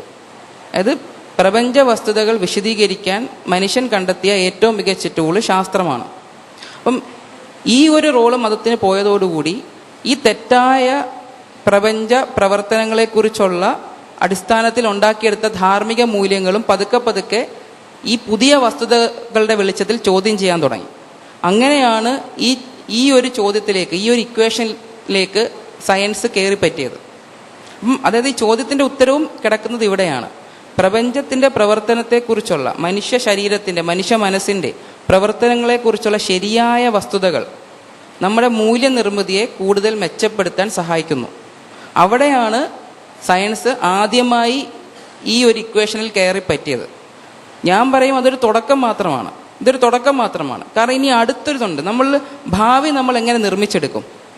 നമ്മൾ ഒരു നാച്ചുറലിസ്റ്റിക് ഫാലസിയിൽ വീണ് പോകരുത്. ഇതുവരെ എങ്ങനെയായിരുന്നോ നമ്മളുടെ ജീവിതം, അതേപോലെയൊക്കെ അങ്ങ് മുന്നോട്ട് പോയാൽ മതി എന്ന ഒരു രീതിയിലേക്ക് നമ്മൾ വീണ് പോകുന്നില്ലല്ലോ. നമ്മൾ ഓരോ ദിവസവും നമ്മുടെ ദൈനംദിന ജീവിതം മെച്ചപ്പെടുത്തുന്നതിനെക്കുറിച്ച്, നമ്മുടെ ചുറ്റുമുള്ളവരുടെ ജീവിതം കൂടുതൽ മെച്ചപ്പെടുത്തുന്നതിനെക്കുറിച്ച്, ഭാവി തലമുറയുടെ ജീവിതം സുരക്ഷിതമാക്കുന്നതിനെക്കുറിച്ച് ഒക്കെ നമ്മൾ ചിന്തിക്കുന്നുണ്ട്. അതായത് നമ്മുടെ ഭാവി പുരോഗതി, അതിനായി നമ്മൾ പുതിയ പുതിയ മൂല്യ വ്യവസ്ഥകൾ നിർമ്മിച്ചെടുക്കേണ്ടി വരുന്നു. ഈ അബോർഷൻ എന്ന വിഷയം എടുക്കുക. ഇതിനെക്കുറിച്ചുള്ളൊരു എത്തിക്സ്, ഇതിനെക്കുറിച്ചുള്ളൊരു മൂല്യനിർമ്മിതി പണ്ടൊരു കാലത്ത് നമ്മുടെ പൂർവികർക്ക് ചെയ്യേണ്ടി വന്നിരുന്നില്ല. യൂത്തനേഷ്യ എന്നുള്ള വിഷയം എടുക്കുക. ഇതിനെക്കുറിച്ചൊരു മൂല്യനിർമ്മിതി പണ്ട് അസാധ്യമായിരുന്നു, അല്ലേ? അതായത് നമ്മൾ എത്തിയിരിക്കുന്ന ഈ ഒരു ദശയിൽ നമ്മൾ ഇത്രയും കാലം നമ്മൾ പ്രകൃതിയിൽ കണ്ട് ശീലിച്ചിട്ടില്ലാത്ത പുതിയ പുതിയ മൂല്യങ്ങൾ നിർമ്മിച്ചെടുക്കേണ്ട ഒരു ആവശ്യം വരുന്നു. ഇവയെക്കുറിച്ചൊരു ഉത്തരം പറയാൻ മതം അല്ലെങ്കിൽ അതേപോലുള്ള പ്രത്യയശാസ്ത്രങ്ങൾ എക്യുപ്ഡ് അല്ല, അവർക്ക് സാധിക്കില്ല. കാരണം അടിസ്ഥാനപരമായി പുതിയ പുതിയ സമസ്യകളുടെ, പുതിയ പുതിയ മൂല്യ സംബന്ധിത സമസ്യകളുടെ ഉത്തരങ്ങൾ നമ്മൾ പരീക്ഷണങ്ങളിലൂടെ കണ്ടെത്തേണ്ടി വരും. നമ്മൾ എവിഡൻസ് ബേസ്ഡ് റീസണിങ്ങിലൂടെ കണ്ടെത്തേണ്ടി വരും. തെളിവുകൾക്ക് അടിസ്ഥാനപ്പെടുത്തി യുക്തിചിന്ത ഉപയോഗിച്ച് മനനം ചെയ്തെടുക്കേണ്ടി വരും. അത് പൊതുവിൽ മതത്തിൻ്റെ ടൂളല്ല, അത് സയൻസിൻ്റെ ടൂളാണ്. അപ്പം നിലനിൽക്കുന്ന വസ്തുതകൾ അനുസരിച്ച് മൂല്യങ്ങൾ പരിഷ്കരിക്കുക, പുതിയ പുതിയ മൂല്യ വ്യവസ്ഥകളിലേക്ക് എത്തിച്ചേരാൻ സഹായിക്കുക. ഇങ്ങനെയാണ് ഈ ഒരു ചോദ്യത്തിലേക്ക് ശാസ്ത്രം കടന്നു വരുന്നത്. അതാണ്. ആദ്യത്തെ സ്ലൈഡ് ഒന്ന് എടുക്കാമോ? ആദ്യത്തെ സ്ലൈഡ്. അതില് സയൻസ് ക്യാൻ ഇൻഫോം മൊറാലിറ്റി, അതിൽ നിന്ന് ചാടിപ്പോകുന്നത് science can determine moral values. ഇത് തമ്മിൽ എന്താണ് വ്യത്യാസം? ഞാൻ പറയുന്നു, സയൻസ് ഒരു ടൂൾ എന്ന നിലയ്ക്ക് എന്തുകൊണ്ട് മൊറാലിറ്റിയെ ഡിറ്റർമൈൻ ചെയ്യാൻ യോഗ്യതയില്ലാതായി തീരുന്നു? മനസ്സിലായല്ലോ? ചോദ്യം മനസ്സിലായി. അല്ല, ഞാൻ പറഞ്ഞു വരുന്ന പോയിന്റ്, ഈ ഇൻഫോം എന്നുള്ളത്, ഇത് പെട്ടെന്ന് നിർത്താം. ഇൻഫോം ചെയ്യുക എന്നുള്ളത്, ഇപ്പം ഈ ഒരു കണ്ടിന്യൂം ഉണ്ടല്ലോ, ഈ ഒരു തുടർച്ച, ഇതിൽ കുറഞ്ഞ പക്ഷം ഇവിടെയെങ്കിലും നമ്മൾ നിൽക്കണം. ഇൻഫോം ചെയ്യും എന്നുള്ളത് കാരണം ഇൻഫോം ചെയ്യുന്നില്ല എന്നൊരാൾ പറഞ്ഞാൽ, സയൻസിനും ധാർമ്മികതയ്ക്കും ഒരു ഇതില്ല, ബന്ധമില്ല എന്നൊരാൾ പറഞ്ഞാൽ അതിനർത്ഥം കഴിഞ്ഞ നൂറ്റാണ്ടുകളെ നമ്മൾ യാതൊരു ധാർമ്മിക പുരോഗതിയും വരുത്തിയിട്ടില്ല എന്ന് ആ വ്യക്തി പറയണം. അങ്ങനെ ഒരു ധാർമ്മിക പുരോഗതി നമ്മൾ വരുത്തി എന്നൊരു വ്യക്തി സമ്മതിച്ചാൽ അതിനർത്ഥം മിനിമം ഇൻഫോം ചെയ്യുന്നെങ്കിലും ഉണ്ട് എന്ന് സമ്മതിക്കലാണ്. അത് നമുക്ക് തെളിവുകൾ നിരത്തി സ്ഥാപിക്കാൻ സാധിക്കും. അപ്പം അവിടെ നിന്ന് തുടങ്ങണം എന്നാണ് ഞാൻ പറയുന്നത്, അല്ലാതെ അവിടെ തന്നെ നിൽക്കണം എന്നല്ല. ഇവിടെ നിന്നുള്ളൊരു വ്യത്യാസം എന്ന് പറഞ്ഞാൽ, ഈ ശരി തെറ്റുകൾ എന്ന് പറഞ്ഞാൽ നമ്മളൊരു വസ്തുത പറയുന്ന പോലെ ഹൈഡ്രജനും ഓക്സിജനും ചേർന്നാൽ വെള്ളം ഉണ്ടാകുന്നു എന്നതൊരു വസ്തുത പറയുന്നത് പോലെയല്ല ശരി തെറ്റുകൾ. ഇപ്പോൾ ഞാൻ ഖാൻചേട്ടൻ്റെ ഒരു 10 രൂപ മോഷ്ടിച്ചു, അത് ശരിയോ തെറ്റോ എന്നുള്ളൊരു ചോദ്യം ഒരു പ്രപഞ്ച വസ്തുതയുമായി ബന്ധപ്പെട്ട് കിടക്കുകയല്ല. അതായത് മറ്റേതൊക്കെ ഡിസ്ക്രിപ്റ്റീവ് സ്റ്റേറ്റ്മെൻറ്റുകളാണ്, ഇതൊക്കെ പ്രിസ്ക്രിപ്റ്റീവ് സ്റ്റേറ്റ്മെൻറ്റുകളാണ്. ഈ ഒരു വ്യത്യാസം, ഇതിനാണ് ഈ സോട്ട് പ്രോബ്ലം എന്ന രീതിയിൽ ഡേവിഡ് ഹ്യൂം പറഞ്ഞത്, അത് അരുൺ ഡോക്ടർ പറയുകയുണ്ടായി. ഈ ഒരു വ്യത്യാസം മറികടക്കുക എങ്ങനെ സാധിക്കും? ഈസുകളിൽ നിന്ന് ഓട്ടുകളിലേക്ക് എങ്ങനെ പോകാൻ സാധിക്കും? ഈ ഒരു സമസ്യ ഇപ്പോഴും ഒരു പ്രശ്നമാണ്. അത് നമുക്ക് സോൾവ് ചെയ്യാൻ സാധിക്കും, പക്ഷെ അതിന് കുറച്ച് താത്വികമായി പറയേണ്ടി വരും. അതായത് ഈ ഓട്ടുകൾ, അതായത് എങ്ങനെയാണ് ഒരു വസ്തു ഇരിക്കുന്നത് എന്നതിൽ നിന്നും എങ്ങനെയാണ് ഞാൻ പ്രവർത്തിക്കേണ്ടത്, ഞാൻ എങ്ങനെ പ്രവർത്തിക്കണം എന്ന് ഒരു പ്രപഞ്ച വസ്തുതയല്ലല്ലോ, അത് ഞാൻ എങ്ങനെയോ തീരുമാനിക്കുന്നതല്ലേ. അതെൻ്റെ മോറൽ ഇൻറ്റ്യൂഷൻ ആവാം, അത് പെട്ടെന്നൊരു തോന്നലാവാം. ശരി തെറ്റുകളെക്കുറിച്ചുള്ള ചില തോന്നലുകൾ നമുക്ക് വരത്തില്ലേ, തോന്നലുകളാവാം. ഇവയെ എങ്ങനെയാണ് നമ്മൾ സയൻസ് ഉപയോഗിച്ച് വിശദീകരിക്കുക? അതാണ് ഈ പ്രശ്നം. വിശദീകരിക്കാൻ സാധിക്കും, പക്ഷെ നമ്മളിപ്പോൾ ആ ഒരു ലെവലിൽ എത്തിയിട്ടില്ല എന്ന് മാത്രമാണ് എനിക്ക് പറയാനുള്ളത്. സാധിക്കുന്നത് എങ്ങനെയാണെന്ന് 1 മിനിറ്റ് കൊണ്ട് വേണേൽ പറഞ്ഞുതരാം. അതായത് ഈ ഓട്ടുകൾ എന്നുള്ളൊരു സാധനമുണ്ടല്ലോ, നമ്മൾ എങ്ങനെ പ്രവർത്തിക്കണം. ഇത് സാം ഹാരിസ് പറയുന്ന പോലെ oughts can be broken down into facts about the lifes of conscious creatures. അതായത് കോൺഷ്യസ് ക്രീച്ചേഴ്സിൻ്റെ, അതായത് വ്യക്തികളുടെ, ജീവികളുടെ, കോൺഷ്യസ്നെസ് ഉള്ള ഏതൊരു ജീവിയുടെയും വെൽബീയിങ്, അതിൻ്റെ ജീവിതത്തെക്കുറിച്ചുള്ള, അപ്പം ഒരു ഇനിയുള്ള ജീവിതകാലം മുഴുവൻ എന്നെ എണ്ണയിലിട്ട് പൊരിക്കുന്നു എന്നൊരു സിറ്റുവേഷനും ഞാൻ സന്തോഷത്തോടുകൂടി ഉല്ലാസത്തോടുകൂടി ജീവിക്കുന്ന ഒരു സിറ്റുവേഷനും, ഇവ തമ്മിലൊരു വ്യത്യാസമുണ്ട് എന്ന് നമ്മൾ സമ്മതിച്ചാൽ, എനിക്ക് ശരിയായി ജീവിക്കാനും തെറ്റായി ജീവിക്കാനുമുള്ള ചില മാർഗങ്ങൾ വരുന്നു എന്ന് തെളിയും. ഇത് താത്വികമായി സ്ഥാപിച്ചെടുക്കാവുന്ന ഒരു സമസ്യയാണ്. അപ്പോൾ ഞാൻ പറഞ്ഞത്, ഈ ഇൻഫോം എന്നുള്ളത് നിസ്സാരമായ ഒരു സംഗതിയാണ്, അതിൽ തർക്കം ഉണ്ടാവേണ്ട കാര്യമില്ല. ഈ ഡിറ്റർമിൻ എന്നുള്ളത് കുറച്ച് പ്രശ്നമാണ്. അത് ചർച്ച തുടങ്ങാം, പിന്നീട് എപ്പോഴെങ്കിലും നമുക്കത് വിശദമായി സംസാരിക്കാം. ഈ മൂല്യത്തെ സംബന്ധിച്ചിടത്തോളം വ്യക്തികളുടെ മൂല്യങ്ങളുണ്ട്, അത് സമൂഹത്തിൻ്റെ മൂല്യങ്ങളുണ്ട്, ചിലപ്പം ഗോത്രത്തിൻ്റേതാവാം, മതത്തിൻ്റെ ആവാം, ജാതിയുടെ ആവാം, വ്യത്യസ്തമായ മൂല്യങ്ങളുണ്ട്. ഈ മൂല്യങ്ങളുടെ ഒരു നിർമ്മിതി എന്ന് പറയുന്നത് തന്നെ അതാത് കാലഘട്ടത്തിൻ്റെ ഒരു വാൻപിഡ്ത്തിനുള്ളിൽ നിന്നുകൊണ്ടുള്ള ഒരു നിർമ്മിതിയാണ്. അത് ചിലപ്പം വ്യക്തികളുടേതും ഈ ഗോത്രത്തിൻ്റെയും അല്ലെങ്കിൽ സമൂഹത്തിൻ്റെയും ജാതിയുടെയും മതത്തിൻ്റെയും മൂല്യങ്ങൾ പൊതുധാരണയും ഉണ്ടാവാം. അങ്ങനെ പൊതുമൂല്യങ്ങളായി മാറുന്നു. ഈ പൊതുമൂല്യങ്ങളെ എങ്ങനെ മാറ്റാം? ഇന്ന് നിലനിൽക്കുന്ന അല്ലെങ്കിൽ ധാർമ്മികത എന്ന് പറയുന്നത് ശാസ്ത്രവിരുദ്ധമാവാം. അങ്ങനെയാണെങ്കിൽ അതിനെ മാറ്റിയെടുക്കണമെന്നുണ്ടെങ്കിൽ ശാസ്ത്രം വളരുകയും ശാസ്ത്രത്തിൻ്റെ അല്ലെങ്കിൽ സയൻറ്റിഫിക് ടെമ്പറിൻ്റെ വളർച്ച കൊണ്ട് ഈ മൂല്യത്തെ മാറ്റിയെടുക്കലല്ലേ പറ്റത്തുള്ളൂ. മൂല്യത്തിന് പകരം മറ്റൊരു മൂല്യത്തെ റീപ്ലേസ് ചെയ്യുക എന്ന് പറഞ്ഞാൽ അത് ശാസ്ത്രത്തിൻ്റെ പിൻബലത്തിലല്ലാതെ നമുക്ക് കഴിയില്ല. അത് സയൻറ്റിഫിക് ടെമ്പർ വളർത്തിയെടുക്കുന്നതിലൂടെയല്ലേ കഴിയൂ.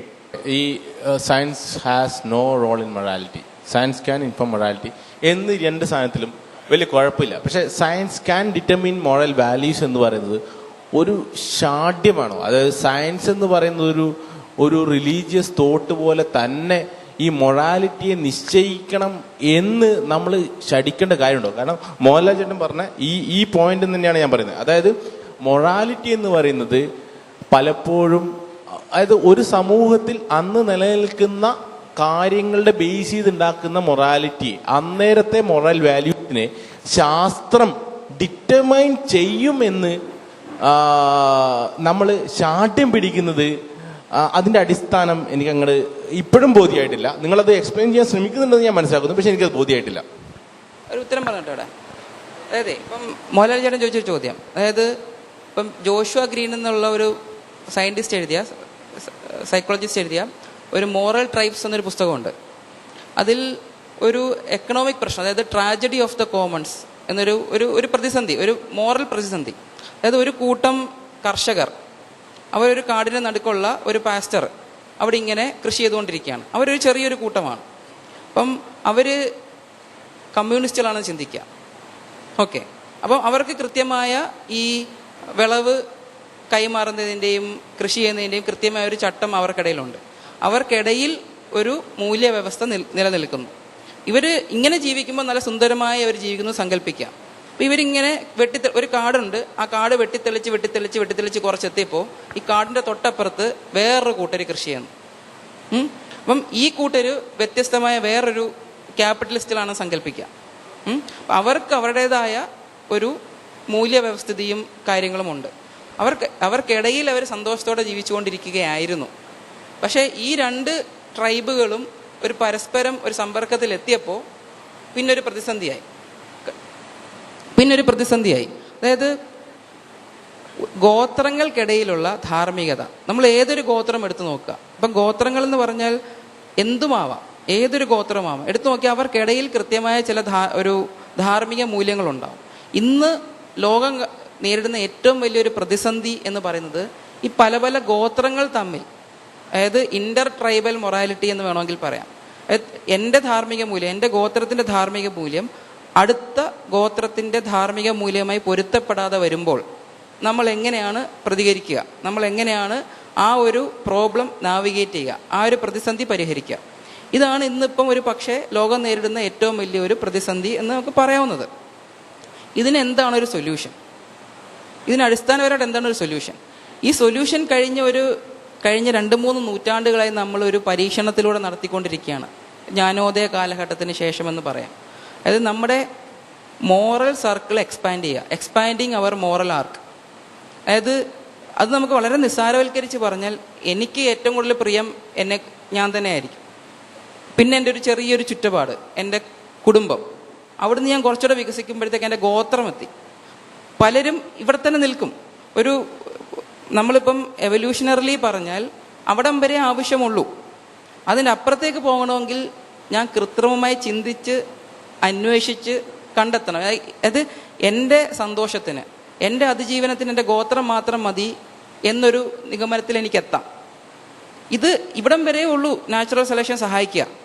ഇതിൻ്റെ അപ്പുറത്തേക്ക് കടക്കണമെങ്കിൽ ഞാൻ കൃത്യമായ തെളിവുകൾ നിരത്തി സ്ഥാപിക്കണം. മറ്റേ ഗോത്രം എന്നെപ്പോലെ തന്നെയുള്ള മനുഷ്യരാണ്.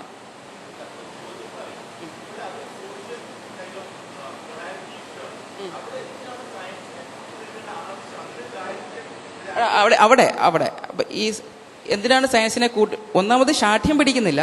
കാരണം നമ്മൾ ഇൻഫോം എന്ന പോയിന്റ് ഒന്ന് സ്ഥാപിച്ചെടുത്താൽ തന്നെ ഇന്ന് ലോകം കാണുന്ന ഒരുമാതിരിപ്പെട്ട ധാർമ്മിക പ്രതിസന്ധികളിൽ നമ്മൾ രക്ഷപ്പെടാൻ സാധിക്കും. പിന്നെ സയൻസ് ക്യാൻ ഡിറ്റർമിൻ നമ്മൾ പറയാൻ കാരണം ഈ സയൻസ് എന്നുള്ള വാക്കിനെ കുറിച്ചുള്ള ഒരു പ്രശ്നമായിരിക്കും. സുഖേഷ് അതായത് സയൻസ് എന്ന വാക്കിനെ നീ എങ്ങനെയാണ് നിർവചിക്കുന്നത്? അതായത് ഫിസിക്സ്, കെമിസ്ട്രി, ബയോളജി, ചില വസ്തുതകളുടെ ഒരു കൂട്ടം, ഫാക്ട്സ്, സയന്റിഫിക് ഫാക്ട്സ്, അങ്ങനെ ഒരു നാരോ അർത്ഥത്തിലാണ് എങ്കിൽ നീ പറഞ്ഞ പോയിന്റ് ശരിയാണ്. പക്ഷെ സയൻസ് എന്നാൽ അത് വസ്തുതകൾ മാത്രമല്ല, അത് കണ്ടെത്തുന്ന രീതിയാണ്, സയന്റിഫിക് പ്രോസസ്സ്. അതിനെയാണ് ഒരു പക്ഷെ നമുക്ക് ശാസ്ത്രീയ മനോവൃത്തി എന്നോ മനോഭാവം എന്നോ സയന്റിഫിക് ടെമ്പർ എന്ന് പറയാം. നിനക്ക് സയൻസ് ചെയ്യണമെങ്കിൽ ഇതൊരു മൂല്യമാണ്. തെളിവുകൾക്ക് വില കൊടുക്കുക, വിലമതിക്കുക എന്നുള്ളതും ഒരു മൂല്യമാണ്. ഈ ഒരു മൂല്യമുണ്ട് എങ്കിൽ ഇതുപയോഗിച്ചിട്ടാണ് നമ്മൾ എല്ലാ രീതിയിലുള്ള കണ്ടുപിടുത്തങ്ങളും നടത്തുക. ആ അർത്ഥത്തിലാണ് science can determine human values എന്ന് പറയുന്നത്. ഞാൻ പറഞ്ഞു വരുന്നത് നമ്മൾ മൊറാലിറ്റി, ഇതും കൂടെ കഴിഞ്ഞ് നിർത്താം. മൊറാലിറ്റി ഈസ്, നമ്മൾ പൊതുവിൽ പല സ്വതന്ത്ര ചിന്തകർ പോലും പറഞ്ഞൊരു പോയിന്റ് ഉണ്ട്, സയൻസ് ഈസ് മോറലി ന്യൂട്രൽ എന്ന് പറഞ്ഞ് നിർത്താറുണ്ട്. പക്ഷെ നമ്മൾ അവിടെ വെച്ച് ടെക്നിക്കലി അത് കറക്റ്റാ എന്ന് വെച്ചാൽ സയൻസിനെ നമ്മൾ വെറും സയന്റിഫിക് ഫാക്ടുകൾ വെച്ച് നിർത്തുകയാണെങ്കിൽ ടെക്നിക്കലി കറക്റ്റാണ് ഒരു അർത്ഥത്തിൽ. പക്ഷെ നമ്മൾ അവിടെ നിർത്തുകയല്ല വേണ്ടത്. നമ്മൾ പറയേണ്ടത് സയൻസ് ഇല്ല എങ്കിൽ ഈ ലോകത്ത് ഇന്ന് കൃത്യമായ മൂല്യനിർമ്മിതി സാധ്യമല്ല.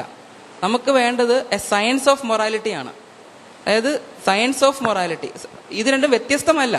ഇവ തമ്മിൽ ഓൾറെഡി ഒരു ഇടപിഴിഞ്ഞ് ഒന്നായി കഴിഞ്ഞു. Science can determine moral values എന്നുള്ള വാദത്തിനോടാണ് കൂടുതൽ യോജിപ്പ്. അതിന് ഞാൻ മനസ്സിലാക്കിയ രീതിയിൽ ഈ ധാർമ്മികത എന്ന് പറയുന്നതിന് കാലഘട്ടത്തിനനുസരിച്ച് ധാർമ്മികത എന്ന് പറയുന്ന സാധനം ഒരുപാട് മാറിയിട്ടുണ്ടെന്ന് മാത്രമല്ല, കഴിഞ്ഞ 100 വർഷത്തിനിടയ്ക്ക് മൊത്തം ലൈഫ് സ്പാനിൽ തന്നെ വലിയൊരു വ്യത്യാസം വന്നിട്ടുണ്ട്. ഹ്യൂമൻ ലൈഫ് സ്പാനിൽ തന്നെ വലിയൊരു വ്യത്യാസം വന്നിട്ടുണ്ട്.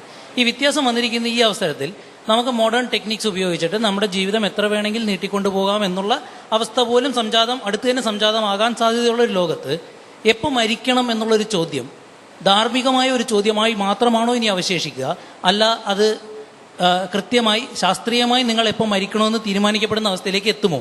അതായത് കുറച്ചുകൂടി വ്യക്തമായിട്ട് പറഞ്ഞു കഴിഞ്ഞാൽ യൂത്തനേഷ്യ എന്ന് പറയുന്നത് അധാർമികമായിട്ടുള്ള ഒരു പ്രവൃത്തിയായിട്ട് ഇനി മുതൽ നമുക്ക് പറയാൻ കഴിയുമോ?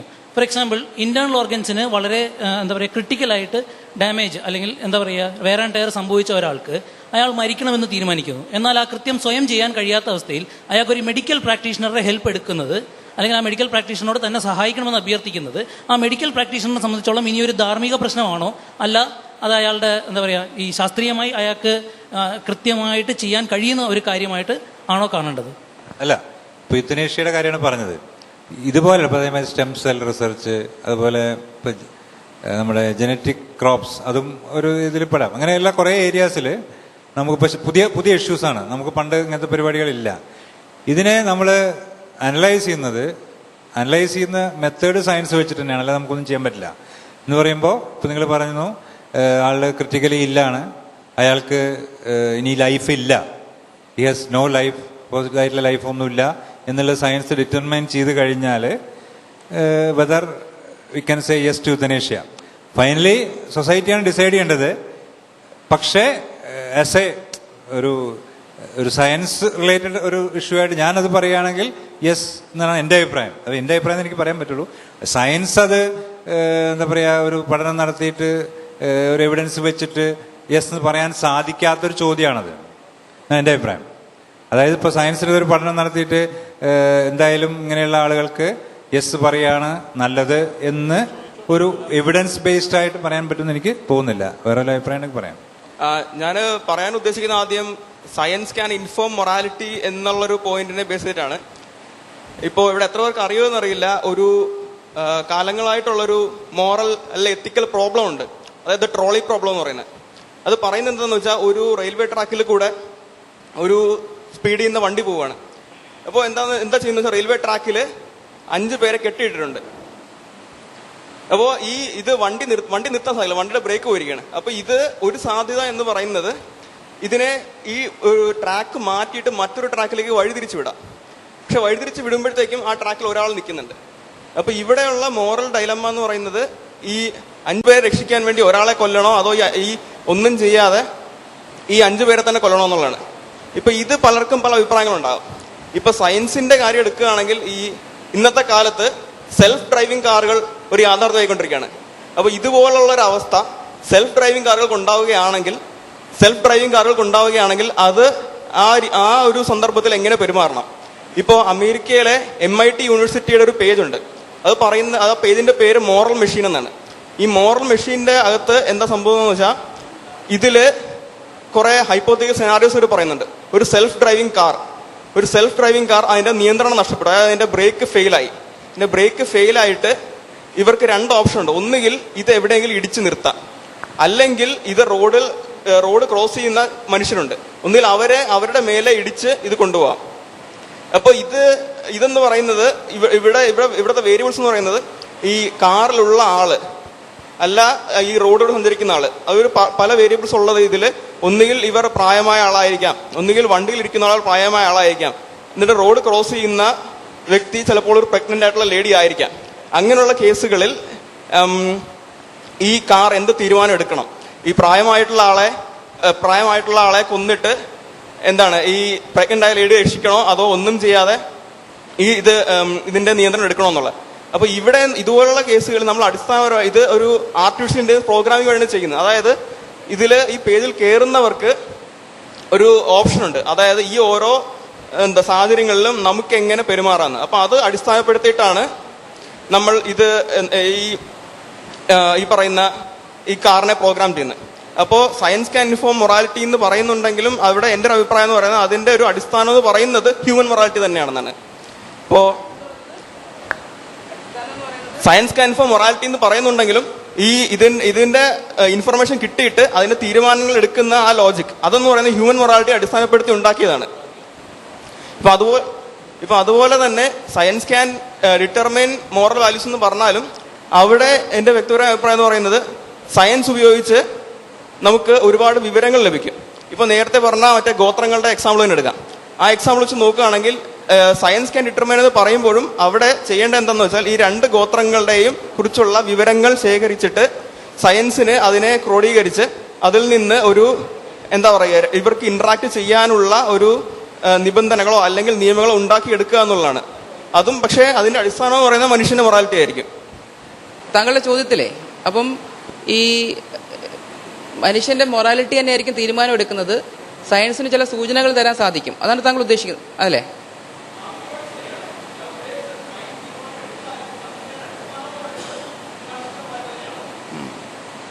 ഓക്കെ. അല്ല, ഇവിടെ ഇപ്പോൾ ട്രോളി പ്രോബ്ലത്തിന്റെ ഒരു പ്രശ്നം എന്ന് വെച്ച് കഴിഞ്ഞാൽ ഇപ്പോൾ ട്രോളി പ്രോബ്ലത്തില് അതിന്റെ ഒരുപാട് വേരിയേഷൻ നടന്നിട്ടുണ്ട്. ട്രോളി പ്രോബ്ലത്തിന്റെ ഒരുപാട് വേരിയേഷൻ നടന്നിട്ടുണ്ട്. ഇപ്പം സെൽഫ് ഡ്രൈവിംഗ് കാറുകളുടെ ഉദാഹരണം ഒരു എക്സാക്ട് അനലോജി അല്ല. ട്രോളി പ്രോബ്ലത്തിൽ നമ്മൾ ടെസ്റ്റ് ചെയ്യുന്നത് എന്താണ്? ആദ്യം നമ്മൾ ഒരു സ്വിച്ച് ഉപയോഗിച്ച് ഒരാളെ കൊടുത്തിട്ട് 5 പേരുടെ ജീവൻ രക്ഷിക്കും അല്ലേ? അങ്ങനെ ഒരു അവസ്ഥ വരുമ്പം കൂടുതൽ വ്യക്തികൾ ഒരു വലിയ ശതമാനം വ്യക്തികൾ 5 പേരെ രക്ഷിക്കാൻ ശ്രമിക്കും. അതായത് ഇപ്പം ഈ മോറൽ ഫിലോസഫിയിലെ ലിറ്ററേച്ചർ എടുത്ത് പറഞ്ഞാൽ ആ ഒരു പ്രവണത എന്ന് പറഞ്ഞ ഒരു യൂട്ടിലിറ്റേറിയൻ പ്രവണതയാണ് അല്ലെ? യൂട്ടിലിറ്റേറിയൻ വാദം എന്ന് പറയും. കോൺസിക്വൻസ് നോക്കിയിട്ട് ഏതാണ് ഏറ്റവും മികച്ചത് എന്ന നമ്മുടെ തോന്നൽ ഉപയോഗിച്ച് ഇൻസ്റ്റിങ്ക്റ്റീവ്ലി നമ്മളൊരു തീരുമാനം എടുക്കുകയാണ്. അതേസമയം രണ്ടാമത്തെ ഉദാഹരണത്തിൽ ഞാൻ ഒരു ട്രോളി പ്രോബ്ലത്തിൽ ഞാൻ ഒരു ബ്രിഡ്ജിന്റെ മുകളിൽ നിൽക്കുകയാണ്. എൻ്റെ കൂടെ നിൽക്കുന്ന അല്പം വെയിറ്റ് കൂടിയ ഒരാളെ തള്ളിയിട്ടാലേ 5 പേരെ രക്ഷിക്കാൻ സാധിക്കുകയുള്ളൂ. അപ്പം ഞാൻ ഇയാളെ തള്ളിയിട്ടിട്ട് 5 പേരെ രക്ഷിക്കുമോ? അങ്ങനെ ചോദിക്കുമ്പോൾ കൂടുതൽ ആൾക്കാരും ആ വ്യക്തിയെ തള്ളിയിടാൻ മടിക്കും അല്ലേ? അപ്പം അതൊരു യൂട്ടിലിറ്റേറിയൻ അല്ല, കാരണം ഫലത്തിൽ 2 സെയിം ആണ്. അപ്പം എന്താണ് ഇവിടെ വ്യത്യാസപ്പെടുന്നത്? ഇവിടെ ഞാൻ ഡിയോണ്ടോളജിക്കലായി ചിന്തിച്ചു എന്ന് പറയാം. റൂൾ ബേസ്ഡ് ആയിട്ട് ഒരാളെ കൊല്ലുക എന്നുള്ളത് തെറ്റാണ് എന്നൊരു സങ്കല്പത്തിന്റെ പുറത്താണ് ഇവിടെ ഞാൻ ചിന്തിച്ചത്. ഞാൻ പറഞ്ഞത് ധാർമ്മിക മൂല്യങ്ങൾ ഒരേ വ്യക്തിയുടെ തന്നെ വ്യത്യസ്തപ്പെട്ട് വരാം സാഹചര്യം അനുസരിച്ച്. അതിനോട് താങ്കൾ യോജിക്കുന്നുണ്ട്? ഒരേ വ്യക്തിയുടെ ധാർമ്മിക മൂല്യങ്ങൾ തന്നെ സാഹചര്യം അനുസരിച്ചിട്ട് വ്യത്യസ്തപ്പെട്ട് വരാം. അപ്പം യോജിക്കുന്നുണ്ട്. അപ്പം ഇനി നമ്മൾ കാറുകളിലേക്ക് വരാം, മോറൽ മെഷീനിലേക്ക് വരാം. അപ്പം മോറൽ മെഷീന്റെ കേസിൽ ഡിയോണ്ടോളജി ഇല്ല. അവിടെ കൃത്യമായിട്ടും യൂട്ടിലിറ്റേറിയൻ വാദം മാത്രമേ ഉള്ളൂ. അവിടെ ഇപ്പം മോറൽ മെഷീനിലെ ആർട്ടിഫിഷ്യൽ കാറിന്റെ ഉത്തരവാണ് നമ്മൾ നൽകേണ്ടതെങ്കിൽ അതിലോട്ട് പോയാൽ ശരിയാവില്ല. കാരണം എന്ന് വെച്ച് കഴിഞ്ഞാൽ ഇപ്പം ഏതാണ് ഏറ്റവും ബെസ്റ്റ് സിറ്റുവേഷൻ? ഇപ്പം ആർട്ടിഫിഷ്യൽ കാറിന്റെ കാര്യം എടുക്കാം. ഏതാണ് ഏറ്റവും ബെസ്റ്റ് സിറ്റുവേഷൻ? ഞാൻ വൃദ്ധനെ രക്ഷിക്കണോ അതോ ഒരു കൊച്ചുകുട്ടിയെ രക്ഷിക്കണോ എന്നുള്ള ചോദ്യം വരുമല്ലേ? ഇതിനു മുമ്പ് മറ്റൊരു ചോദ്യം ചോദിക്കാനുണ്ട്. നിങ്ങൾ അങ്ങനെ ഒരു കാർ വാങ്ങുമോ? അതായത് നിങ്ങൾ വൃദ്ധനാണ്, നിങ്ങൾ കാർ ഓടിച്ചു പോകുന്നു, ഒരു കുട്ടി ഫ്രണ്ടിൽ ചാടിയ നിങ്ങളുടെ ജീവൻ സാക്രിഫൈസ് ചെയ്ത് ആ കുട്ടിയെ രക്ഷിക്കും. അങ്ങനെ ഒരു കാർ നിങ്ങൾ വാങ്ങുമോ? അതാണ് ചോദ്യം. എത്ര പേര് അങ്ങനെ ഒരു കാർ വാങ്ങും? ബാക്കിയുള്ളവർ അങ്ങനെ ഒരു കാർ ഓടിച്ചാൽ കൊള്ളാം, പക്ഷെ എനിക്ക് അങ്ങനെ ഒരു കാർ ഓടിക്കാൻ വയ്യ. അങ്ങനെ വരുമ്പോൾ ആർട്ടിഫിഷ്യൽ കാറുകളെ നമുക്ക് നിരത്തിൽ ഇറക്കാൻ പറ്റാതെ വരും. നമ്മൾ കോൺസിക്വൻസ് നോക്കുമ്പോൾ ഞാൻ പറഞ്ഞ ഇത് റീസണിങ് ആണ്. ഇതിനെ നിങ്ങൾ സയൻസ് എന്ന് വിളിക്കണം എന്നില്ല. ഇത് നമ്മൾ റീസൺ ഉപയോഗിക്കുകയാണ്. എൻ്റെ ഇൻസ്റ്റിങ്ക്റ്റിനെ മറികടന്ന് ഞാൻ റീസൺ ഉപയോഗിക്കുകയാണ്. അപ്പം ഇനി ആർട്ടിഫിഷ്യൽ കാറുകൾ നിരത്തിൽ ഇറങ്ങാതിരുന്നാൽ 1 വർഷം ഇതിൽ എത്രയോ 1000 മടങ്ങ് ഇരട്ടി മനുഷ്യരാണ് റോഡുകളിൽ മരിച്ചു വീഴുന്നത്. അപ്പം നമുക്ക് റോഡുകളിൽ ആർട്ടിഫിഷ്യൽ കാറുകൾ ഇറങ്ങിയേ പറ്റൂ. കാരണം കൂടുതൽ ലാഭം ഇതാണ്, കൂടുതൽ ജീവനുകളെ രക്ഷിക്കപ്പെടുക ഇവിടെയാണ്. അതായത് യൂട്ടിലിറ്റേറിയൻ രീതിയിൽ ചിന്തിച്ചാൽ. അപ്പം നമ്മളിങ്ങനെ സ്റ്റെപ്പ് ബൈ സ്റ്റെപ്പായിട്ട് നമ്മളിങ്ങനെ റീസൺ ചെയ്തു പോവുകയാണ്. ഇതിനെ നിങ്ങൾ സയൻസ് എന്ന് വിളിക്കണം എന്നില്ല. പക്ഷേ ഇതിൽ ഏതാണ് ഏറ്റവും ബെസ്റ്റ് സിനാരിയോ എന്ന് അറിയണമെങ്കിൽ നിങ്ങൾ എന്ത് ചെയ്യണം? നിങ്ങൾ പരീക്ഷണങ്ങൾ നടത്തണം. പരീക്ഷണങ്ങൾ നടത്തി റിപ്പീറ്റായിട്ട് പരീക്ഷണങ്ങൾ നടത്തി എവിഡൻസ് നോക്കിയിട്ട് നിങ്ങൾക്ക് ഒരു ഡിസിഷൻ എടുക്കാൻ പറ്റൂ ഏതാണ് ഏറ്റവും ബെസ്റ്റ് സിറ്റുവേഷൻ. ഇവിടെയൊക്കെ നമ്മൾ എന്താണ് ഉപയോഗിക്കുന്നത്? എംപിരിക്കൽ സ്റ്റഡിയാണ് ഉപയോഗിക്കുന്നത്. ഇതിനെ സയൻസ് എന്ന് വിളിക്കണമെന്നില്ല, ഞാൻ നിർബന്ധം പറയില്ല. പക്ഷേ ഞാൻ പറഞ്ഞത് ഇൻറ്റ്യൂറ്റീവായിട്ട് ട്രോളി പ്രോബ്ലത്തിൽ ഇൻറ്റ്യൂറ്റീവായിട്ട് ഞാൻ എടുത്ത എൻ്റെ തീരുമാനങ്ങൾ ഒരിക്കൽ ഡിയോണ്ടോളജിക്കലായി, മറ്റൊരിക്കൽ യൂട്ടിലിറ്റേറിയനായി, അങ്ങനെയുള്ള തീരുമാനങ്ങൾ നമ്മൾ ലാർജ് സ്കെയിൽ ഹ്യൂമൻ പ്രോബ്ലംസിൽ അപ്ലൈ ചെയ്യുമ്പോൾ പറ്റില്ല. അവിടെ നമ്മൾ വീണ്ടും സയൻസിന്റെ മെത്തേഡ് ഉപയോഗിച്ചേ പറ്റുള്ളൂ. അത് അപ്ലൈഡ് എത്തിക്സിലേക്ക് വരുമ്പോൾ നമ്മൾ എൻ്റെ ഇൻറ്റ്യൂഷൻസിനെ മറികടന്ന് ഒരു ബെറ്റർ മൊറാലിറ്റി ഉണ്ടാക്കാൻ വേണ്ടി സയൻസ് ഉപയോഗിച്ചേ പറ്റുള്ളൂ. ഇതാണ് ഒരു ഉത്തരം. ഇനി എവിടുന്നാണ് ഈ ഇൻറ്റ്യൂഷൻസ് വരുന്നത്, അതാണ് അടിസ്ഥാന ചോദ്യമെങ്കിൽ അതൊരു മറ്റൊരു സബ്ജക്റ്റാണ്. താല്പര്യം ഉണ്ടെങ്കിൽ നമുക്ക് ചർച്ച ചെയ്യാം. ഞാൻ താരതമ്യേന ഈ ചർച്ചയിൽ പുതിയ ആളാണ്, അതിൻ്റെതായ ഒരു പരിമിതി ഉണ്ടാവും. നേരത്തെയുള്ള ചർച്ചകളൊന്നും കേട്ട ആളല്ല. അപ്പം സോഷ്യൽ സയൻസിൻ്റെ ഒരു ആസ്പെക്റ്റ് കൂടിയാണല്ലോ നമ്മളിപ്പോൾ സംസാരിച്ചുകൊണ്ടിരിക്കുന്നത്, കേവലം ശുദ്ധശാസ്ത്രം അല്ലല്ലോ.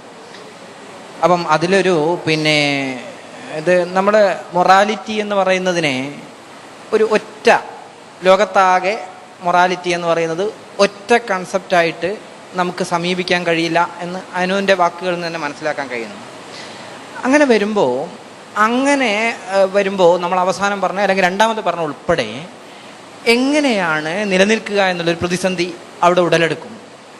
Morality can inform science can inform morality, science can determine moral values എന്ന് പറയുമ്പോൾ ലോകത്താകെ ഓരോ സ്ഥലത്തും അല്ലെങ്കിൽ ചെറിയ ചെറിയ സ്ഥലങ്ങളിൽ ഉൾപ്പെടെ പലതരം മൊറാലിറ്റി ഉണ്ട്. ഇപ്പം തിരുവനന്തപുരം ജില്ലയിൽ തന്നെ ഇപ്പം 19 കുടുംബങ്ങൾ ഒന്നിച്ച് താമസിക്കുന്നത് ഇപ്പോൾ എനിക്കറിയാം. അവർ സ്കൂളിൽ കുട്ടികളെ വിടുന്നില്ല. അവർ പറയുന്ന അവിടത്തേക്ക് റോഡ് വേണ്ട, അവർ പറയുന്ന അവിടെ സ്കൂൾ വേണ്ട, അങ്കണവാടി വേണ്ട. തിരുവനന്തപുരം ജില്ലയിൽ തന്നെ, നമുക്ക് ഇന്ത്യയിൽ തന്നെ ഏറ്റവും വികസിച്ചു എന്ന് നമ്മൾ കരുതുന്ന നമ്മുടെ ജില്ലയിലുള്ളൊരു അവസ്ഥയാണ് എനിക്ക് നേരിട്ടറിയാവുന്നത്. അപ്പം അവർ പക്ഷേ അവിടെ സന്തോഷമായിട്ട് ഒരുവിധം കൃത്യമായി കൃഷി ചെയ്തിട്ട് വളരെ നല്ലൊരു സന്തോഷകരമായൊരു ജീവിതം അവർ നയിക്കുന്നു.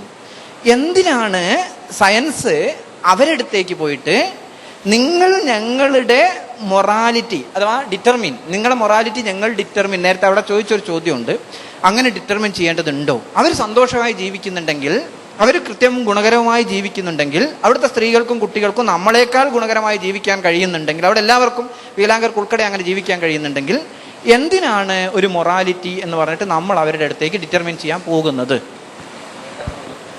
ഈ മൊറാലിറ്റി എന്ന് പറയുന്നത് ഒരു സാങ്കേതിക വിദ്യയാണ്. നമ്മുടെ സമൂഹത്തെ ഒരുമിച്ച് നിർത്താനുള്ള ഒരു സാങ്കേതിക വിദ്യ. ഈ സാങ്കേതിക വിദ്യ ഡെവലപ്പ് ചെയ്തത് സയൻസിലൂടെയല്ല, ഇന്ന് നിലനിൽക്കുന്നതും സയൻസിലൂടെയല്ല, പരസ്പര ബന്ധത്തിലൂടെയാണ്. അതുകൊണ്ട് തന്നെ ഇപ്പോൾ ഇന്ത്യൻ ഭരണഘടനയാണ് നമുക്ക് അംഗീകരിക്കാവുന്ന ഒരു മൊറാലിറ്റി, സമൂഹത്തിന് അംഗീകരിക്കാവുന്നത്. പക്ഷെ ആ മൊറാലിറ്റി പോലും നമ്മുടെ കൊച്ചു കൊച്ചു സമൂഹങ്ങളിലില്ല. ഇപ്പോൾ രാഷ്ട്രീയ പാർട്ടികൾ ഇപ്പോൾ മൂന്നാറിൽ പൊതുസ്ഥലത്തെ കുരിശ് ഒരു ഉദ്യോഗസ്ഥൻ, ബന്ധപ്പെട്ട ഉദ്യോഗസ്ഥൻ നോട്ടീസുമൊക്കെ പതിച്ച നിയമാനുസൃതം അത് തള്ളിക്കളഞ്ഞിട്ട് ഭൂരിപക്ഷം ജനങ്ങളും അതിനെതിരാണ്. ആ കുരിശെ തൊട്ടത് ശരിയായില്ല എന്നാണ്. അതാണ് ധാർമ്മികത, പൊതുധാർമ്മികത. അപ്പോൾ ഈ പൊതുധാർമ്മികത ഉണ്ടാകുന്നത് ഇപ്പോൾ ശാസ്ത്രത്തിൽ നിന്നല്ല. മനുസ്മൃതി വരെ ഇന്ന് ധാർമ്മികത ഉണ്ടാക്കുന്ന കൂട്ടത്തിലാണ്. അപ്പോൾ പൊതുധാർമ്മികത നേരത്തെ പറഞ്ഞ പോലെ ചെറിയ ചെറിയ സർക്കിളുകളിൽ ഒരു ധാർമ്മികത, പാർട്ടിക്കകത്തൊരു ധാർമ്മികത, പാർട്ടിക്ക് പുറത്തൊരു ധാർമ്മികത, സമൂഹത്തിനൊരു ധാർമ്മികത, ഭരണകൂട നാഷണാലിറ്റി ദേശീയതയ്ക്കൊരു ധാർമ്മികത. ഇവിടെ പൊതുവിൽ ആ സാങ്കേതിക വിദ്യ ഡെവലപ്പ് ചെയ്യുന്നതിൽ ശാസ്ത്രത്തിന് വളരെ തുച്ഛമായ സംഭാവന മാത്രമേ ചെയ്യാനുള്ളൂ. നമുക്ക് സയൻസ് ആക്ടിവിസ്റ്റുകളായിക്കൊണ്ട് ധാർമ്മികതയ്ക്ക് ഇന്നതൊക്കെയാണ് ശാസ്ത്രം പ്രൊമോട്ട് ചെയ്യുന്ന ധാർമ്മികത എന്ന് പറഞ്ഞുകൊണ്ട് ഇടപെടാൻ നമുക്ക് ഒരു മാധ്യമമില്ല, മീഡിയ ഇല്ല. നമുക്ക് അതിനെക്കുറിച്ചൊരു ആലോചന തന്നെ ഇല്ല. യഥാർത്ഥത്തിൽ സയൻസ് ഡെവലപ്പ് ചെയ്യുന്നതിന് മുമ്പ് തന്നെ ഉണ്ടായ ഈ സാങ്കേതിക വിദ്യ നമ്മൾ പരിഷ്കരിച്ചുകൊണ്ടിരിക്കുന്നു എന്നുള്ളതേ ഉള്ളൂ. ഇനിയും പരിഷ്കാരങ്ങൾ വേണ്ടി വരും. ഇവിടെ പറഞ്ഞ ചോദ്യം, ഈ ഒരു കുടുംബം 19 കുടുംബം എന്താ പറഞ്ഞു, അവർ ചെയ്യുന്നത് എന്താ വ്യത്യസ്തം? അവരെ സ്കൂളിൽ പോകുന്നില്ല എന്ന് മാത്രമാണോ? അതിലെന്താ പ്രശ്നം? അല്ല, ഞാനൊരു ചോദ്യം ചോദിച്ചോട്ടെ. നമ്മൾ ഇങ്ങനത്തെ ഒരു സമൂഹത്തെ ചിന്തിക്കുക. ഇത് സാം ഹാരിസിന്റെ ഒരു ഉദാഹരണമാണ്. ഈ ഒരു സമൂഹത്തിൽ അവർ സന്തോഷത്തോടെ കൃഷി ചെയ്ത് ജീവിക്കുന്നു, അവരവരുടെ കാര്യങ്ങൾ നോക്കി സമാധാനത്തോടെ ജീവിക്കുന്നു. പക്ഷെ അവരുടെ സമൂഹത്തിൽ ഒരു ഒരു ഒരു പ്രക്രിയയുണ്ട്. അതായത് അവരുടെ മതപുസ്തകത്തിൽ every third child shall walk in darkness എന്ന് എഴുതി വെച്ചിട്ടുണ്ട്. അതായത് അപ്പം ഇതിനെ അവർ ഇന്റർപ്രറ്റ് ചെയ്തത് ഒരു കുടുംബത്തിലുണ്ടാവുന്ന മൂന്നാമത്തെ കുട്ടിയുടെ കണ്ണ് പൊട്ടിച്ചു കളയുക. ഇതാണ് അവരുടെ രീതി. ബാക്കി എല്ലാം സന്തോഷമാണ്. അപ്പം ഇതാണ് അവരുടെ രീതി എന്നത് കണ്ടിട്ട് ഇപ്പം നമ്മുടെ ചില കുടുംബങ്ങളിൽ പെൺമക്കളെ കന്യാസ്ത്രീകളാക്കി ഇങ്ങനെ ആഘോഷിച്ച് വിടുമ്പോൾ ആ പ്രാകൃത ആചാരം ഇപ്പോഴും തുടരുമ്പോൾ അതിന് സമാനമായി ഈ ഒരു സമൂഹം, നമ്മുടെ മൂന്നാമത്തെ കുട്ടിയുടെ കണ്ണ് പൊട്ടിച്ച് കളയുന്ന സമൂഹവും അതൊരു ആഘോഷമാണ്. ഈ കുട്ടിയുടെ കണ്ണ് പൊട്ടിച്ച് കളയുന്നത്. ഇങ്ങനൊരു സമൂഹം നിലനിൽക്കുന്നു എന്ന് വിചാരിക്കുക. അവർ സന്തോഷത്തോടെ അവരായിരുന്നു നോക്കി പോകുന്നത്, നമ്മൾ അങ്ങോട്ട് പോകണമെന്ന് അവർ പറയുന്നില്ല. ഇത് ഇടപെടുകയോ ഇടാതിരിക്കുവോ അത് വേറെ കാര്യം. ഇത് ധാർമ്മികമായി ന്യായീകരിക്കാവുന്നതാണോ എന്നൊരു ചോദ്യമുണ്ട്. താങ്കൾക്ക് എന്ത് തോന്നുന്നു? ഇത് അവരുടെ ധാർമ്മികതയല്ലേ, അത് തെറ്റാണെന്ന് ഞാൻ എങ്ങനെ പറയും എന്നൊരു ചോദ്യം താങ്കളുടെ മനസ്സിലുണ്ടോ? ഉണ്ട്. അതായത് അത് തെറ്റാണോ? അവർ കണ്ണു പൊട്ടിക്കുന്നെങ്കിൽ എന്താ, അവരുടെ ധാർമ്മികതയല്ലേ, അത് എനിക്കെന്ത് പറയാൻ സാധിക്കും എന്നൊരു സങ്കല്പമുണ്ട് താങ്കൾക്ക്. അപ്പം ഇതിനാണ് മോറൽ റിലേറ്റിവിസം എന്ന് പറയുക. അതായത് ധാർമ്മികതയ്ക്ക് കൃത്യമായ ശരി ഉത്തരങ്ങൾ, ശരി തെറ്റുകൾ നമുക്ക് പറയാൻ സാധിക്കില്ല. അത് പൂർണ്ണമായും ആപേക്ഷികമാണ്. ഇതാണ് താങ്കളുടെ വാദം അല്ലേ? അപ്പം ഈ വാദത്തിൽ താങ്കൾ നിൽക്കുമ്പോൾ കഴിഞ്ഞ ഒരു 10-100 വർഷമായി, ഞാൻ നേരത്തെ ഉന്നയിച്ചൊരു വാദമാണ്, കഴിഞ്ഞ 10-100 വർഷങ്ങളായി നമ്മൾ ധാർമ്മികമായ പുരോഗതി നേടിയിട്ടുണ്ട് എന്നൊരു വാദം ഞാൻ പറഞ്ഞു. ഈ വാദത്തോട് താങ്കൾ യോജിക്കുന്നുണ്ടോ? ഉണ്ട്. അപ്പൊ രണ്ടും സെൽഫ് കോൺട്രഡിക്ടറി അല്ലേ? എല്ലാം ആപേക്ഷികമാണ് എങ്കിൽ അന്നത്തതും ഇന്നത്തതും തമ്മിൽ എന്താണ് വ്യത്യാസം? ഇപ്പം നമ്മളത് അഭിപ്രായ വ്യത്യാസം ഉണ്ടാവില്ല എന്ന് എനിക്ക് തോന്നുന്നു. ഇപ്പം കേരളത്തിന്റെ ഒരു ധാർമ്മികത രൂപപ്പെട്ട് വരുന്നതിന്, ശാസ്ത്രം ഉൾപ്പെടെയുള്ള സംഗതികൾ രൂപപ്പെട്ട് വരുന്നതിന് ശ്രീനാരായണ ഗുരു ഉൾപ്പെടെയുള്ള ആളുകൾ ഒരു ആത്മീയമായിട്ട് ആ പ്രയോഗം നടത്തിയതിൻ്റെ ഒക്കെ ഒരുപാട് ഗുണങ്ങൾ കേരളത്തിന് ഉണ്ടായിട്ടുണ്ട്, നമുക്കെല്ലാം അറിയാം. നമ്മൾ പറഞ്ഞത് ക്യാൻ ഡിറ്റർമൈൻ എന്ന് പറയുമ്പോൾ അവിടേക്ക് മറ്റൊരു ഏജൻസി കയറി ചെല്ലുന്നതായിട്ടുള്ളൊരു ബോധം അവിടെ രൂപപ്പെടുത്തുന്നുണ്ട് എന്നുള്ള. സയൻസ് ക്യാൻ ഡിറ്റർമൈൻ, അങ്ങോട്ടേക്ക് കയറി ചെല്ലുകയാണ് നമ്മൾ, വേറൊരു സ്ഥലത്തേക്ക് കയറി ചെല്ലുന്നതായിട്ടുള്ള ഒരു അനുഭവമാണ്. അവിടെ ഒരു അടിച്ചേൽപ്പിക്കലിൻ്റെ ഒരു സ്വരം ഈ സാധനത്തിലുണ്ടോ എന്നുള്ളൊരു സംശയമാണ്. അവിടേക്ക് വേറൊരു സ്ഥലത്തേക്ക് സയൻസ് അങ്ങനെ കയറി ചെന്ന് ചെയ്യേണ്ടതുണ്ടോ? ഇവിടെയാണ് ആപേക്ഷികത എന്നുള്ളൊരു റിലേറ്റിവിറ്റിയുടെ മാത്രം ഒരു പ്രശ്നമാണെന്ന് എനിക്ക് തോന്നുന്നില്ല. എൻ്റെ ഒരു ഇതിൻ്റെ പ്രശ്നമായിരിക്കും. അല്ല, അത് ഹലോ അങ്ങനെ മാത്രമല്ല, വേറൊരു വശം കൂടെ ഉണ്ട് അതിനകത്ത്. അതായത് ഇപ്പോൾ ഞാൻ പറയട്ടെ, നമ്മുടെ സമൂഹത്തിൽ നിന്ന് ഒരു 20 കുടുംബമോ 50 കുടുംബമോ 100 കുടുംബമോ മാറി താമസിക്കുന്നത് ആ സമൂഹത്തെ ബാധിക്കുന്ന ഒരു കാര്യമായിട്ട് എനിക്ക് തോന്നുന്നില്ല. അവർ സെപ്പറേറ്റ് ചെയ്ത് താമസിക്കുന്നു. പക്ഷെ അതിൽ 20 കുട്ടികൾ സ്കൂളിൽ പോകുന്നില്ല എന്നുള്ളത് ആ സമൂഹത്തെ ബാധിക്കുന്ന കാര്യമല്ല. പക്ഷെ അതിൽ എണ്ണം കൂടുമ്പോഴാണ് പ്രശ്നം. ആ പുറത്ത് ഇത്രയും കുട്ടികൾ സ്കൂളിൽ പോകുന്നുണ്ട്, കൾച്ചേർഡ് ആകുന്നുണ്ട് എന്നുള്ളതാണ് അവരെ ബാധിക്കാത്തത്. അതുകൊണ്ടാണ് അവർ ആ കുറഞ്ഞ ഏരിയ സമൂഹത്തെ ബാധിക്കാത്തത്. അതിന് പുറത്തുള്ള ആൾക്കാരെല്ലാം ഈ ആധുനിക സമൂഹത്തിനനുസരിച്ചാണ് ജീവിക്കുന്നത്. ആ സ്ഥലത്തേക്ക് അവർ വാക്സിനേഷൻ എടുക്കുന്നില്ലെങ്കിൽ, അവിടുത്തെ കുട്ടികൾ വാക്സിനേഷൻ എടുക്കുന്നില്ല, അവരുടെ ഒരു മോറലാണ്. പക്ഷെ അങ്ങോട്ടേക്ക് അസുഖം കടന്നു ചെല്ലാത്തത് ആ ഏരിയക്ക് പുറത്തുള്ള കുട്ടികളെല്ലാം വാക്സിനേഷൻ എടുത്ത് ആ അസുഖത്തെ പ്രതിരോധിച്ചത് കൊണ്ടാണ്. അപ്പൊ ഞാൻ പറയുന്നത്, അങ്ങനെ ഒറ്റപ്പെട്ട് താമസിക്കുന്നത് ഈ ഒരു വലിയ സമൂഹത്തെ സംബന്ധിച്ച് പ്രശ്നമല്ലാത്തതുകൊണ്ടാണ് നമുക്ക് അത് അധാർമികമായിട്ട് തോന്നാത്തത്. അതിന്റെ എണ്ണം കൂടുമ്പോൾ മാത്രമാണ് അത് അധാർമികമായി തീരുന്നത്. നമ്മുടെ കേരള സമൂഹം മുഴുവൻ അങ്ങനെയാണെങ്കിൽ കേരള സമൂഹം അധാർമികമായി തീരും. അങ്ങനെ അതിന് പറയാൻ പറ്റും എന്നുള്ളതാണ് എൻ്റെ ഒരു ധാരണ.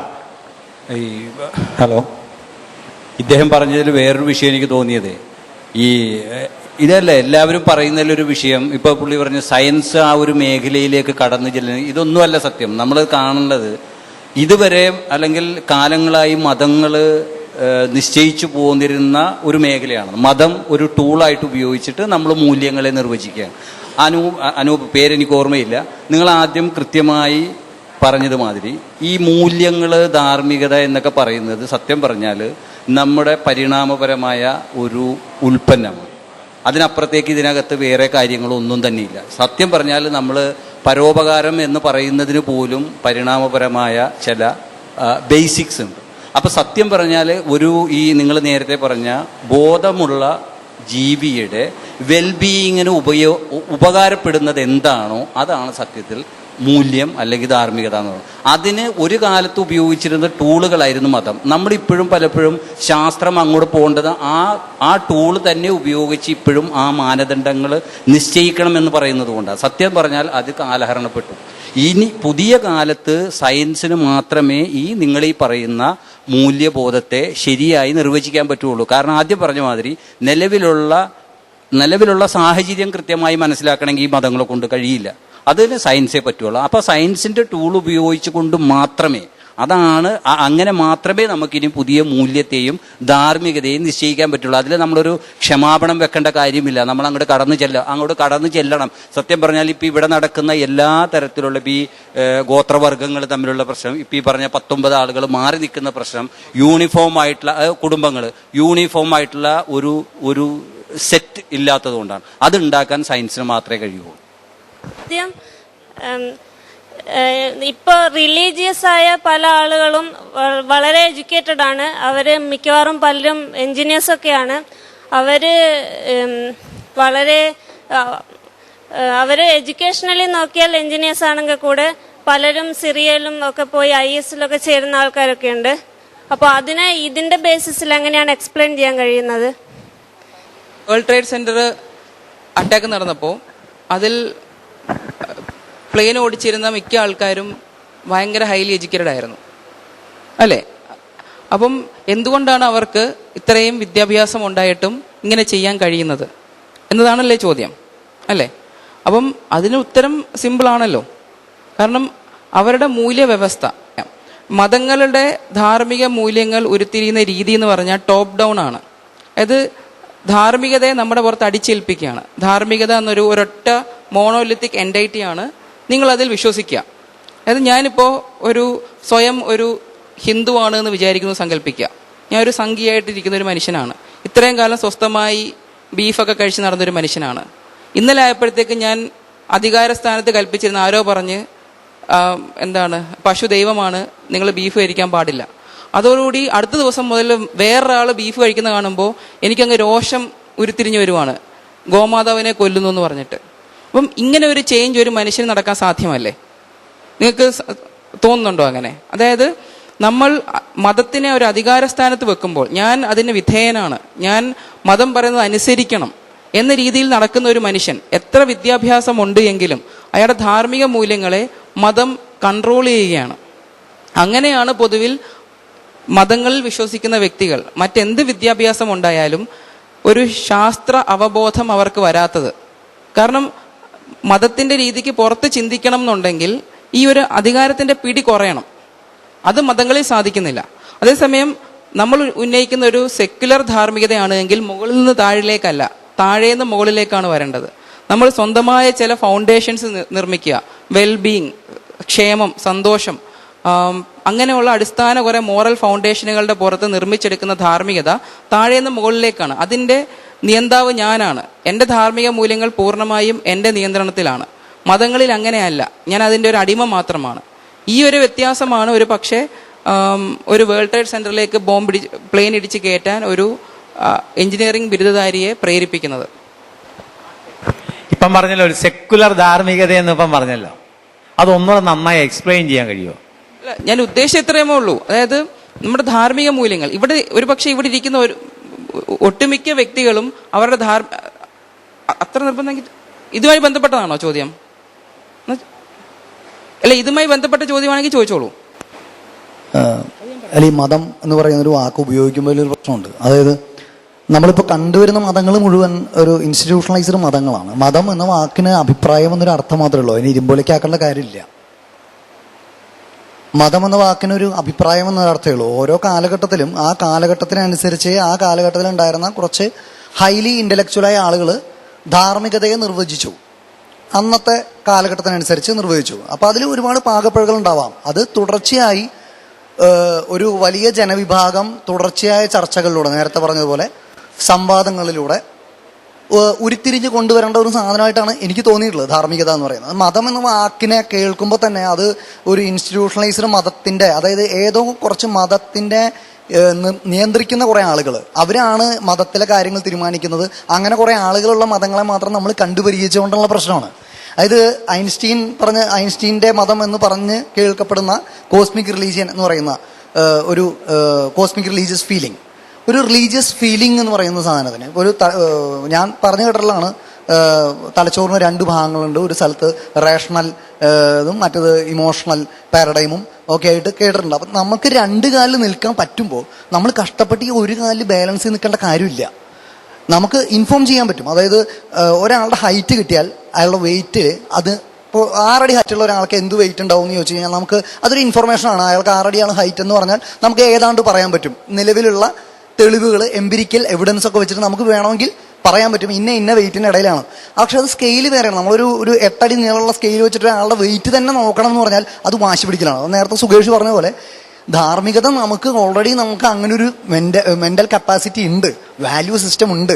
നമ്മൾ എന്തിനും സയൻസ് വേറൊരു സൈഡാണ്. നമ്മളെ റേഷണൽ തിങ്കിങ്ങും ഇമോഷണൽ തിങ്കിങ്ങിനെയും ബാലൻസ് ചെയ്യാനുള്ള കപ്പാസിറ്റി നമുക്കുള്ളപ്പോൾ, നമുക്ക് സ്വന്തമായിട്ട് അഭിപ്രായം രൂപീകരിക്കാനുള്ള കപ്പാസിറ്റി ഉള്ളപ്പോൾ എനിക്ക് ഏതാനും സന്തോഷമുണ്ട്. കാരണം വേറെ ഒരു രാഷ്ട്രീയ പാർട്ടിയും നമ്മുടെ ധാർമ്മികതയെ പറ്റി ഇങ്ങനെ ചർച്ച ചെയ്യുന്നുണ്ടാവില്ല. ഒരുപാട് നമ്മൾ പൊതുജനങ്ങളുടെ ഫണ്ട് കിട്ടുന്ന രാഷ്ട്രീയ പാർട്ടികളുണ്ട്. പക്ഷേ ഇത്രയും ധാർമ്മികതയെ പറ്റി ചർച്ച ചെയ്യുന്ന ഒരു സംഘം ഇവിടെ ഉണ്ടെന്നുള്ളത് വലിയ സന്തോഷം തരുന്നത്. പക്ഷെ നമുക്ക് ഈ സയൻസിന് വാലിക്കിട്ടുന്ന കാര്യം എന്താ, നമുക്ക് സയൻസിനെ ഒരു സൈഡിൽ വെച്ചുകൊണ്ട് അത് ഇൻഫോർമേറ്റീവായിട്ട് ഉപയോഗിച്ചുകൊണ്ട് അത് ഉപയോഗിച്ച് നമ്മുടെ വാല്യൂ സിസ്റ്റം ഉപയോഗിച്ച് ചെയ്താൽ പോരെ. ഇത്ര ബുദ്ധിമുട്ടുന്നതിനാ. ഇത് അനുവിനോദിനോടാണ്. ഈ ഫിസിക്സ് ലാസ് പോലെ തന്നെ പ്രധാനമാണ് ഈ മോറൽ വാല്യൂസ് എന്ന് വായിച്ചിട്ടുണ്ട്. ഫിസിക്സ് ലാസ് പോലെ തന്നെ പ്രധാനമാണ് ഈ മോറൽ ലാസ് എന്ന് വായിച്ചിട്ടുണ്ട്. മോറൽ ലാസ്, മൊറാലിറ്റി ഇല്ല. അപ്പൊ ഈ അടുത്ത കാലത്ത് ഒരു സയന്റിസ്റ്റ് ഒരു കുട്ടിയുടെ ജനനത്തെ പറ്റി പറഞ്ഞത്, his life is A complex random algorithm. അപ്പൊ അവിടെ ഒരു പൊരുത്തം ഇല്ലായ്മയുണ്ട്. എങ്ങനെയാണ് ഒരു കുട്ടിയുടെ ജനനം റാൻഡം അൽഗോരിതം ആവുന്നത്? അവിടെ ഫിസിക്സ് ഉണ്ടല്ലോ, അപ്പൊ പിന്നെ എങ്ങനെ റാൻഡം ആവും? എൻ്റെ ഒരു ഒബ്സർവേഷനാണ് പറയുന്നത്. ഇവിടുത്തെ ആദ്യത്തെ നമ്മുടെ ചോദ്യം തന്നെ മൊറാലിറ്റിയും സയൻസും തമ്മിലുള്ള റിലേഷൻ ആയിരുന്നു. ഇപ്പോൾ മൊറാലിറ്റി എന്ന് പറയുമ്പോൾ തന്നെ നമ്മൾ നേരെ പറയുന്നത് ധാർമ്മികത, മൂല്യങ്ങൾ എന്നൊക്കെയാണ്. വളരെ അടിസ്ഥാനപരമായിട്ട് മൂല്യങ്ങൾ എന്ന് പറഞ്ഞ് നമ്മൾ ഡിഫൈൻ ചെയ്യുന്ന ഏതൊരു കാര്യം എടുത്തു കഴിഞ്ഞാലും അതൊരു വസ്തുത അല്ലാണ്ട് വരുമോ? Basically it's A fact, it's A factual claim. നമ്മൾ എന്ത് മൂല്യം എവിടെ ആരോപിച്ചു കഴിഞ്ഞാലും അത് ഒരു ഫാക്റ്റിലേക്ക് റെഡ്യൂസ് ചെയ്യുന്നുണ്ട്. ഫാക്റ്റിലേക്ക് റെഡ്യൂസ് ചെയ്ത് കഴിഞ്ഞാൽ definitely we can apply science. അതാണ് എൻ്റെ പോയിന്റ്. അതായത് നമ്മൾ ഏതെങ്കിലും ഒരു കാര്യം എഗ്രി ചെയ്ത് കഴിഞ്ഞാൽ, ഹ്യൂമൻ വെൽഫെയർ ആണ് നമ്മുടെ ഒബ്ജക്റ്റീവ് എന്ന് ഡിഫൈൻ ചെയ്ത് കഴിഞ്ഞാൽ, with that definition our moral intuitions comes down to facts where we can apply science. നേരത്തെ പറഞ്ഞ ട്രോളി പ്രോബ്ലത്തിലും അത് കണക്ക് തന്നെ റോബോട്ടിക് കാറുകളുടെ കാര്യത്തിലുമൊക്കെ അവിടെയൊക്കെ വരുന്ന ഔട്ട്കംസ് ഡിഫറെന്റ് ആണ്, തീർച്ചയായിട്ടും ഡിഫറെന്റ് ആണ്. ഒരു വൃദ്ധയെ പോയി ഇടിച്ചു കഴിഞ്ഞാലോ, പ്രഗ്നന്റ് ആയിട്ടുള്ള ലേഡിയെ പോയി ഇടിച്ചു കഴിഞ്ഞാലോ, രണ്ടുപേരെ ഇടിച്ചു കഴിഞ്ഞാലോ, ഇതൊന്നും ഈക്വൽ ഔട്ട്കംസ് അല്ല. അങ്ങനെ വരുമ്പോഴത്തേക്ക് ഔട്ട്കംസിനെ ഡിഫറൻഷിയേറ്റ് ചെയ്യാൻ നമ്മുടെ ഒബ്ജക്റ്റീവ് ഉണ്ട്, ഹ്യൂമൻ വെൽഫെയർ. അപ്പൊ അതിനെ ഒപ്റ്റിമൈസ് ചെയ്യുന്നത് എങ്ങനെയാണെന്ന് ചോദിച്ചു കഴിഞ്ഞാൽ സയൻസ് അല്ലെങ്കിൽ വേറെ എന്താണ്? അതാണ് എനിക്ക് മനസ്സിലാവുന്നത്. സയൻസ് അല്ലെങ്കിൽ വേറെ എന്താണ്? So I can't speak in Malayalam so well. Like so far I have witnessed this discussion here. I just want to suggest some things. What I have seen here happened is the words that you have put, the intentions behind the words are right, but it has created a misconception, especially in this choice of words. Science can determine the moral values because it has created an illusion as if science is trying to do something, because so far what we have seen that has determined our moral values, it has been rigid. Oh, they are going to say some values that we are going to follow upon. So these words has created an illusion such that science is trying to create some values that we are going to must follow. It is actually I can suggest like this. It is not that science can inform morality. It is going to be that science can expose immorality and inform all. It is going to inform about everything, and also it is going to expose the immorality things. I want to explain that using that car sequence also. Like when you have such car problem like that, you know killing that girl or a child or killing someone is going to be an immoral thing. But what are the other options? Science is going to give you all the possible options, but human is going to choose that level of morality. The immoral things are exposed by science already, but which is the level that human want to choose as a moral value is going to be again dependent on the human itself. Science can help in cutting away the immoral things. You can say yes, so science can expose immorality and inform about all. So science can determine which is not immoral value, which is not an immoral value. It cannot determine I'm not saying what which itself means, yes, it is going to determine the moral values, but it is not going to say the level of the moral values, because it is again lies with the every individual who's going to choose the moral possibilities of values. There are going to be different moral possibilities which humans are going to determine, but science, of course, when and where it will try to expose the immorality and cut down as we try to. So it is going to be the, just suggest the change of words. Sorry. Conclude ചെയ്യാം. നേരത്തെ പറഞ്ഞൊരു കാര്യം കൂടെ പറയാം, അതായത് inform ചെയ്യാം. അതായത് സയൻസിന് determine ചെയ്യാൻ പറ്റുമോ എന്നുള്ളതിൻ്റെ, ഇപ്പം നമ്മൾ നമ്മുടെ വാല്യൂ ഒന്ന് നിശ്ചയിക്കുന്നത് തന്നെ ശരിയാണോ എന്ന് ചിലപ്പോൾ സയൻസിന് ചോദിക്കാൻ കഴിയും എന്നുള്ളതാണ്. ഇപ്പോൾ പോൾ ബ്ലൂമിൻ്റെ എഗെയിൻസ്റ്റ് എമ്പതി എന്ന് പറയുന്ന ഒരു ഇതിൽ അദ്ദേഹം പറയുന്നുണ്ട്, എമ്പതി എന്ന് പറയുന്നത് നമ്മൾ ചിലപ്പോൾ ഒരു വ്യക്തിയെ മുൻനിർത്തി മാത്രമാണ് കാണുന്നത്. കുറെ കൂടെ നമുക്ക് അപ്ലൈ ചെയ്യാവുന്ന കമ്പാഷൻ ആണെന്നൊരു പകരം ഒരു വാക്ക് പറയുന്നുണ്ട്. അതങ്ങനെയെന്ന് പറഞ്ഞാൽ ഒരു ഉദാഹരണം കൊണ്ട് പറയാം. നമ്മുടെ ഉത്തരേന്ത്യയിലൊക്കെ കുഴൽ കിണറിൽ കുട്ടികൾ വീഴുന്നത് സാധാരണയാണ്. അപ്പോൾ അതിൽ ഒരു കുട്ടി കുഴൽ കിണറിൽ വീഴുന്നു. അവിടെ ആഴത്തിൽ ജലമെടുക്കാൻ വേണ്ടിയുള്ള കുഴൽ കിണറാണ്, അതിൽ വീഴുന്നു. അപ്പോൾ അതൊരു പ്രധാന വാർത്തയാകുന്നു. അവിടെ ഫയർഫോഴ്സ് വരുന്നു, വലിയ ഗർത്തം കുഴിക്കുന്നു, വലിയൊരു സാമ്പത്തിക ചെലവ് മുടക്കുന്നു. ഇവൻ പട്ടാളക്കാർ പോലും വരുന്നു. ഒരു രാത്രി മുഴുവൻ രാജ്യം മുഴുവൻ ഉറക്കളച്ചിരിക്കുന്നു. ലക്ഷക്കണക്കിന് രൂപ അതിനുവേണ്ടി മുടക്കുന്നു. ആ കുട്ടിയെ കുഴി കുഴിച്ച്, സമാന്തരമായി കുഴി കുഴിച്ച് രക്ഷപ്പെടുത്തുന്നു. എല്ലാവർക്കും ആശ്വാസമായി. നാം എന്തോ വലിയ കാര്യം ചെയ്തു തന്നെയാണ്. പക്ഷേ ഇതേപോലുള്ള ഒരു കുട്ടിയല്ല, വർഷം തോറും ഓരോ കുട്ടികൾ വീഴുന്നുണ്ട്, പലപ്പോഴും മരിച്ചു പോകുന്നുമുണ്ട്. പക്ഷെ ഇത് നമുക്ക് ടോട്ടൽ ഒരു കളക്റ്റീവായിട്ട് മൈൻഡിൽ കാണാൻ കഴിയുന്നില്ല. അങ്ങനെ കാണാൻ കഴിയുമെങ്കിൽ അവിടെ കുഴി ഉണ്ടാവില്ല. അതിനൊരു ഇത്രയുള്ള ചിലപ്പോൾ 100 കുഴൽ കിണറുകൾ ഉണ്ടെങ്കിൽ അതിനൊരു മൂടി മാത്രം ഇടണമെങ്കിൽ വളരെ നിസ്സാരമായ പൈസയും ആവശ്യമുള്ളൂ. ഒരു കുട്ടിയെ രക്ഷിക്കാൻ വേണ്ടി ലക്ഷക്കണക്കിന് പൈസ മുടക്കുന്ന ആ ഒരു അവയർനെസ് ഒരു കമ്പാഷൻ രൂപത്തിൽ ആരെങ്കിലും മുൻകൈ എടുക്കുമെങ്കിൽ നമുക്കവിടെ ഒരു മൂടിയിടാൻ വേണ്ടി കുറച്ച് പണത്തിന്റെ മാത്രമേ ആവശ്യമുള്ളൂ. അങ്ങനെ മൂടി നിർമ്മിക്കാൻ പണം ആവശ്യമുണ്ടെന്നും പറഞ്ഞ് നാളെ ഒരു പത്രവാർത്ത വന്നാൽ പോലും ചിലപ്പോൾ നമ്മൾ ശ്രദ്ധിക്കണമെന്നില്ല. ഈ ഒരു അവയർനെസ് അതിൽ കൊടുക്കണമെന്നില്ല. അപ്പൊ ഒരു കുട്ടി വീണു എന്ന് പറയുമ്പോൾ നമ്മുടെ എമ്പതി പ്രവർത്തിക്കുന്ന അത്രയും ഒരു കളക്റ്റീവായിട്ടുള്ള ഒരു കാര്യത്തിൽ പ്രവർത്തിക്കുന്നില്ല നമ്മുടെ മനസ്സ് എന്നുള്ളത് സയൻസിന് മാത്രമേ കണ്ടെത്താൻ കഴിയുള്ളൂ. അങ്ങനെയാണ് സയൻസ് ഇന്നല്ലെങ്കിൽ ഇപ്പോൾ തുടങ്ങിയിട്ടുള്ള ഇത് വാല്യൂവിനെ നിർമ്മിക്കാൻ ആ ഒരു തരത്തിലേക്ക് നമ്മുടെ ഇന്നത്തെ വാല്യൂവിന്റെ കാഴ്ചപ്പാട് തന്നെ ശരിയാണോ എന്ന് വീണ്ടും വീണ്ടും ആവർത്തി ചോദിക്കാനും പുതിയ വാല്യൂ നിർമ്മിക്കാനും സയൻസ് സഹായിക്കുന്നത് ഇങ്ങനെയാണെന്നൂടെ പറയാം. അതെ, ഇവിടെ നമ്മൾ ഈ ഒരു 3 സാധ്യതകളാണ് ഉണ്ടെന്നാണ് പറഞ്ഞത്. സയൻസ് എങ്ങനെയാണ് മൊറാലിറ്റിയെ സ്വാധീനിക്കുന്നത് എന്നുള്ളത്. No role, can inform, can determine, ഈ 3 സാധ്യതകളാണുള്ളത്. ഇവിടെ എവിടെയും ആർക്കും നിൽക്കാം, അറ്റ്ലീസ്റ്റ് 2-ലെങ്കിലും നിൽക്കണം എന്നൊരു പ്രപ്പോസിഷനാണ് നമ്മൾ വെച്ചത്. പക്ഷെ സദസ്സിൽ നിന്ന് വന്ന വലിയൊരു പ്രശ്നം സയൻസ് എങ്ങനെ ഓവർടേക്ക് ചെയ്യുന്നു, കോൺകർ ചെയ്യുന്നു എന്ന രീതിയിലുള്ള ഒരു കൺസേൺ ആണ് സദസ്സിൽ നിന്ന് വന്നത്. ഇത് ആക്ച്വലി ഞാൻ പറയും, ഇതൊരു വലിയ ഇൻജസ്റ്റിസ് ആണ്. കാരണം മതം ഇങ്ങനെ കോൺകർ ചെയ്ത് വെച്ചിരിക്കുന്ന ഒരു സമൂഹത്തിൽ കിടന്നിട്ടാണ് നമ്മൾ ഈ സംസാരിക്കുന്നത്. അപ്പം സയൻസ് ഈ ഒരു വിഷയത്തിൽ ഒന്ന് പിറ്റ് വെച്ച് തുടങ്ങിയിട്ടേ ഉള്ളൂ. നാളെ നമ്മൾ സയന്റിസ്റ്റുകൾ എല്ലാവരെയും പിടിച്ച് ഒരു ലബോറട്ടറിയിൽ ഇട്ട് നിങ്ങൾ മര്യാദയ്ക്ക് ഇങ്ങനെ പെരുമാറണം എന്നൊന്നും അല്ല നമ്മൾ പറയുന്നത്. നമ്മൾ ഈ ഒരു സാധ്യത നമ്മൾ എക്സ്പ്ലോർ ചെയ്യേണ്ടതാണ്. അങ്ങനെ പറയുമ്പോഴും മറ്റൊരു തെറ്റിദ്ധാരണ വരും. അതായത് മതങ്ങൾ ചെയ്യുന്ന പോലെ ആയിരിക്കും. ഈ മതങ്ങൾ എന്നുള്ളതിന് സമോസയുടെ ഒരു ചോദ്യത്തിന് ഉത്തരം കൊടുക്കേണ്ടതുണ്ട്. മതത്തെ അഭിപ്രായം എന്നൊക്കെ പറഞ്ഞ് സമോസയെ പോലുള്ളവർക്ക് വ്യാഖ്യാനിക്കാം. പക്ഷെ നമ്മൾ കാണുന്ന മതം എന്ന് പറഞ്ഞാൽ മനുഷ്യനെ വെട്ടിക്കൊല്ലുന്ന മതമാണ്. ആ മതത്തിനോടാണ് നമ്മൾ സംവദിക്കുന്നത്. സമോസയുടെ മതം ഓക്കെ, സമോസ നല്ല മനുഷ്യനാണ്, സമോസയ്ക്ക് താത്വികമായി വിചിന്തനം നടത്താം, നല്ല കാര്യം തന്നെ. പക്ഷെ പ്രാക്ടിക്കലി സ്പീക്കിംഗ് നമ്മൾ കാണുന്ന മതം എന്ന് പറഞ്ഞാൽ നമ്മൾ മനുഷ്യ പുരോഗതിയെ തന്നെ പുറകോട്ട് വലിക്കുന്ന, നമ്മുടെ മനുഷ്യ പുരോഗതിക്ക് എന്തെങ്കിലും ഒരു പ്രതീക്ഷ ഉണ്ടെങ്കിൽ അത് നഷ്ടപ്പെടുത്താൻ വെമ്പി നിൽക്കുന്ന മതത്തെക്കുറിച്ചാണ് നമ്മൾ ഇവിടെ സംസാരിക്കുന്നത്, അല്ലെങ്കിൽ സംസാരിക്കേണ്ടത്. ആ മതത്തെക്കുറിച്ച് പറയുമ്പോൾ ആ മതം നമ്മുടെ പുറത്ത് ഇമ്പോസ് ചെയ്തിരിക്കുന്ന ഒരു മോറൽ സിസ്റ്റം ഉണ്ട്. അതേപോലത്തെ ഒരു മോറൽ സിസ്റ്റം ആയിരിക്കും സയൻസും ഇമ്പോസ് ചെയ്യുക എന്ന പേടി കൊണ്ടായിരിക്കും ഒരുപക്ഷെ ഇവിടെയുള്ളവർ ആ ഒരു ഉത്കണ്ഠ പ്രകടിപ്പിച്ചിട്ടുണ്ടാവുക. അങ്ങനെയല്ല സയൻസിന്റെ രീതി. ഇപ്പം സയൻസ് ഇപ്പോൾ നിലനിൽക്കുന്ന നിങ്ങൾ നിങ്ങളുടെ അയൽക്കാരനെ സ്നേഹിക്കൂ എന്നൊരു സാധനത്തിന് പകരം നിങ്ങൾ അയൽക്കാരനെ സ്നേഹിക്കേണ്ട, അയൽക്കാരൻ +1 സ്നേഹിക്കൂ എന്നൊന്നുമല്ല സയൻസ് ഉണ്ടാക്കാൻ പോകുന്നത്. നിലനിൽക്കുന്ന മൂല്യങ്ങൾ, ഈ ഒരു പുള്ളി സാം ഹാരിസ് മോറൽ ലാൻഡ്സ്കേപ്പിൽ പറഞ്ഞ പോലെ ഒരു ആശയം ഒരാൾ പങ്കുവെക്കുകയുണ്ടായി.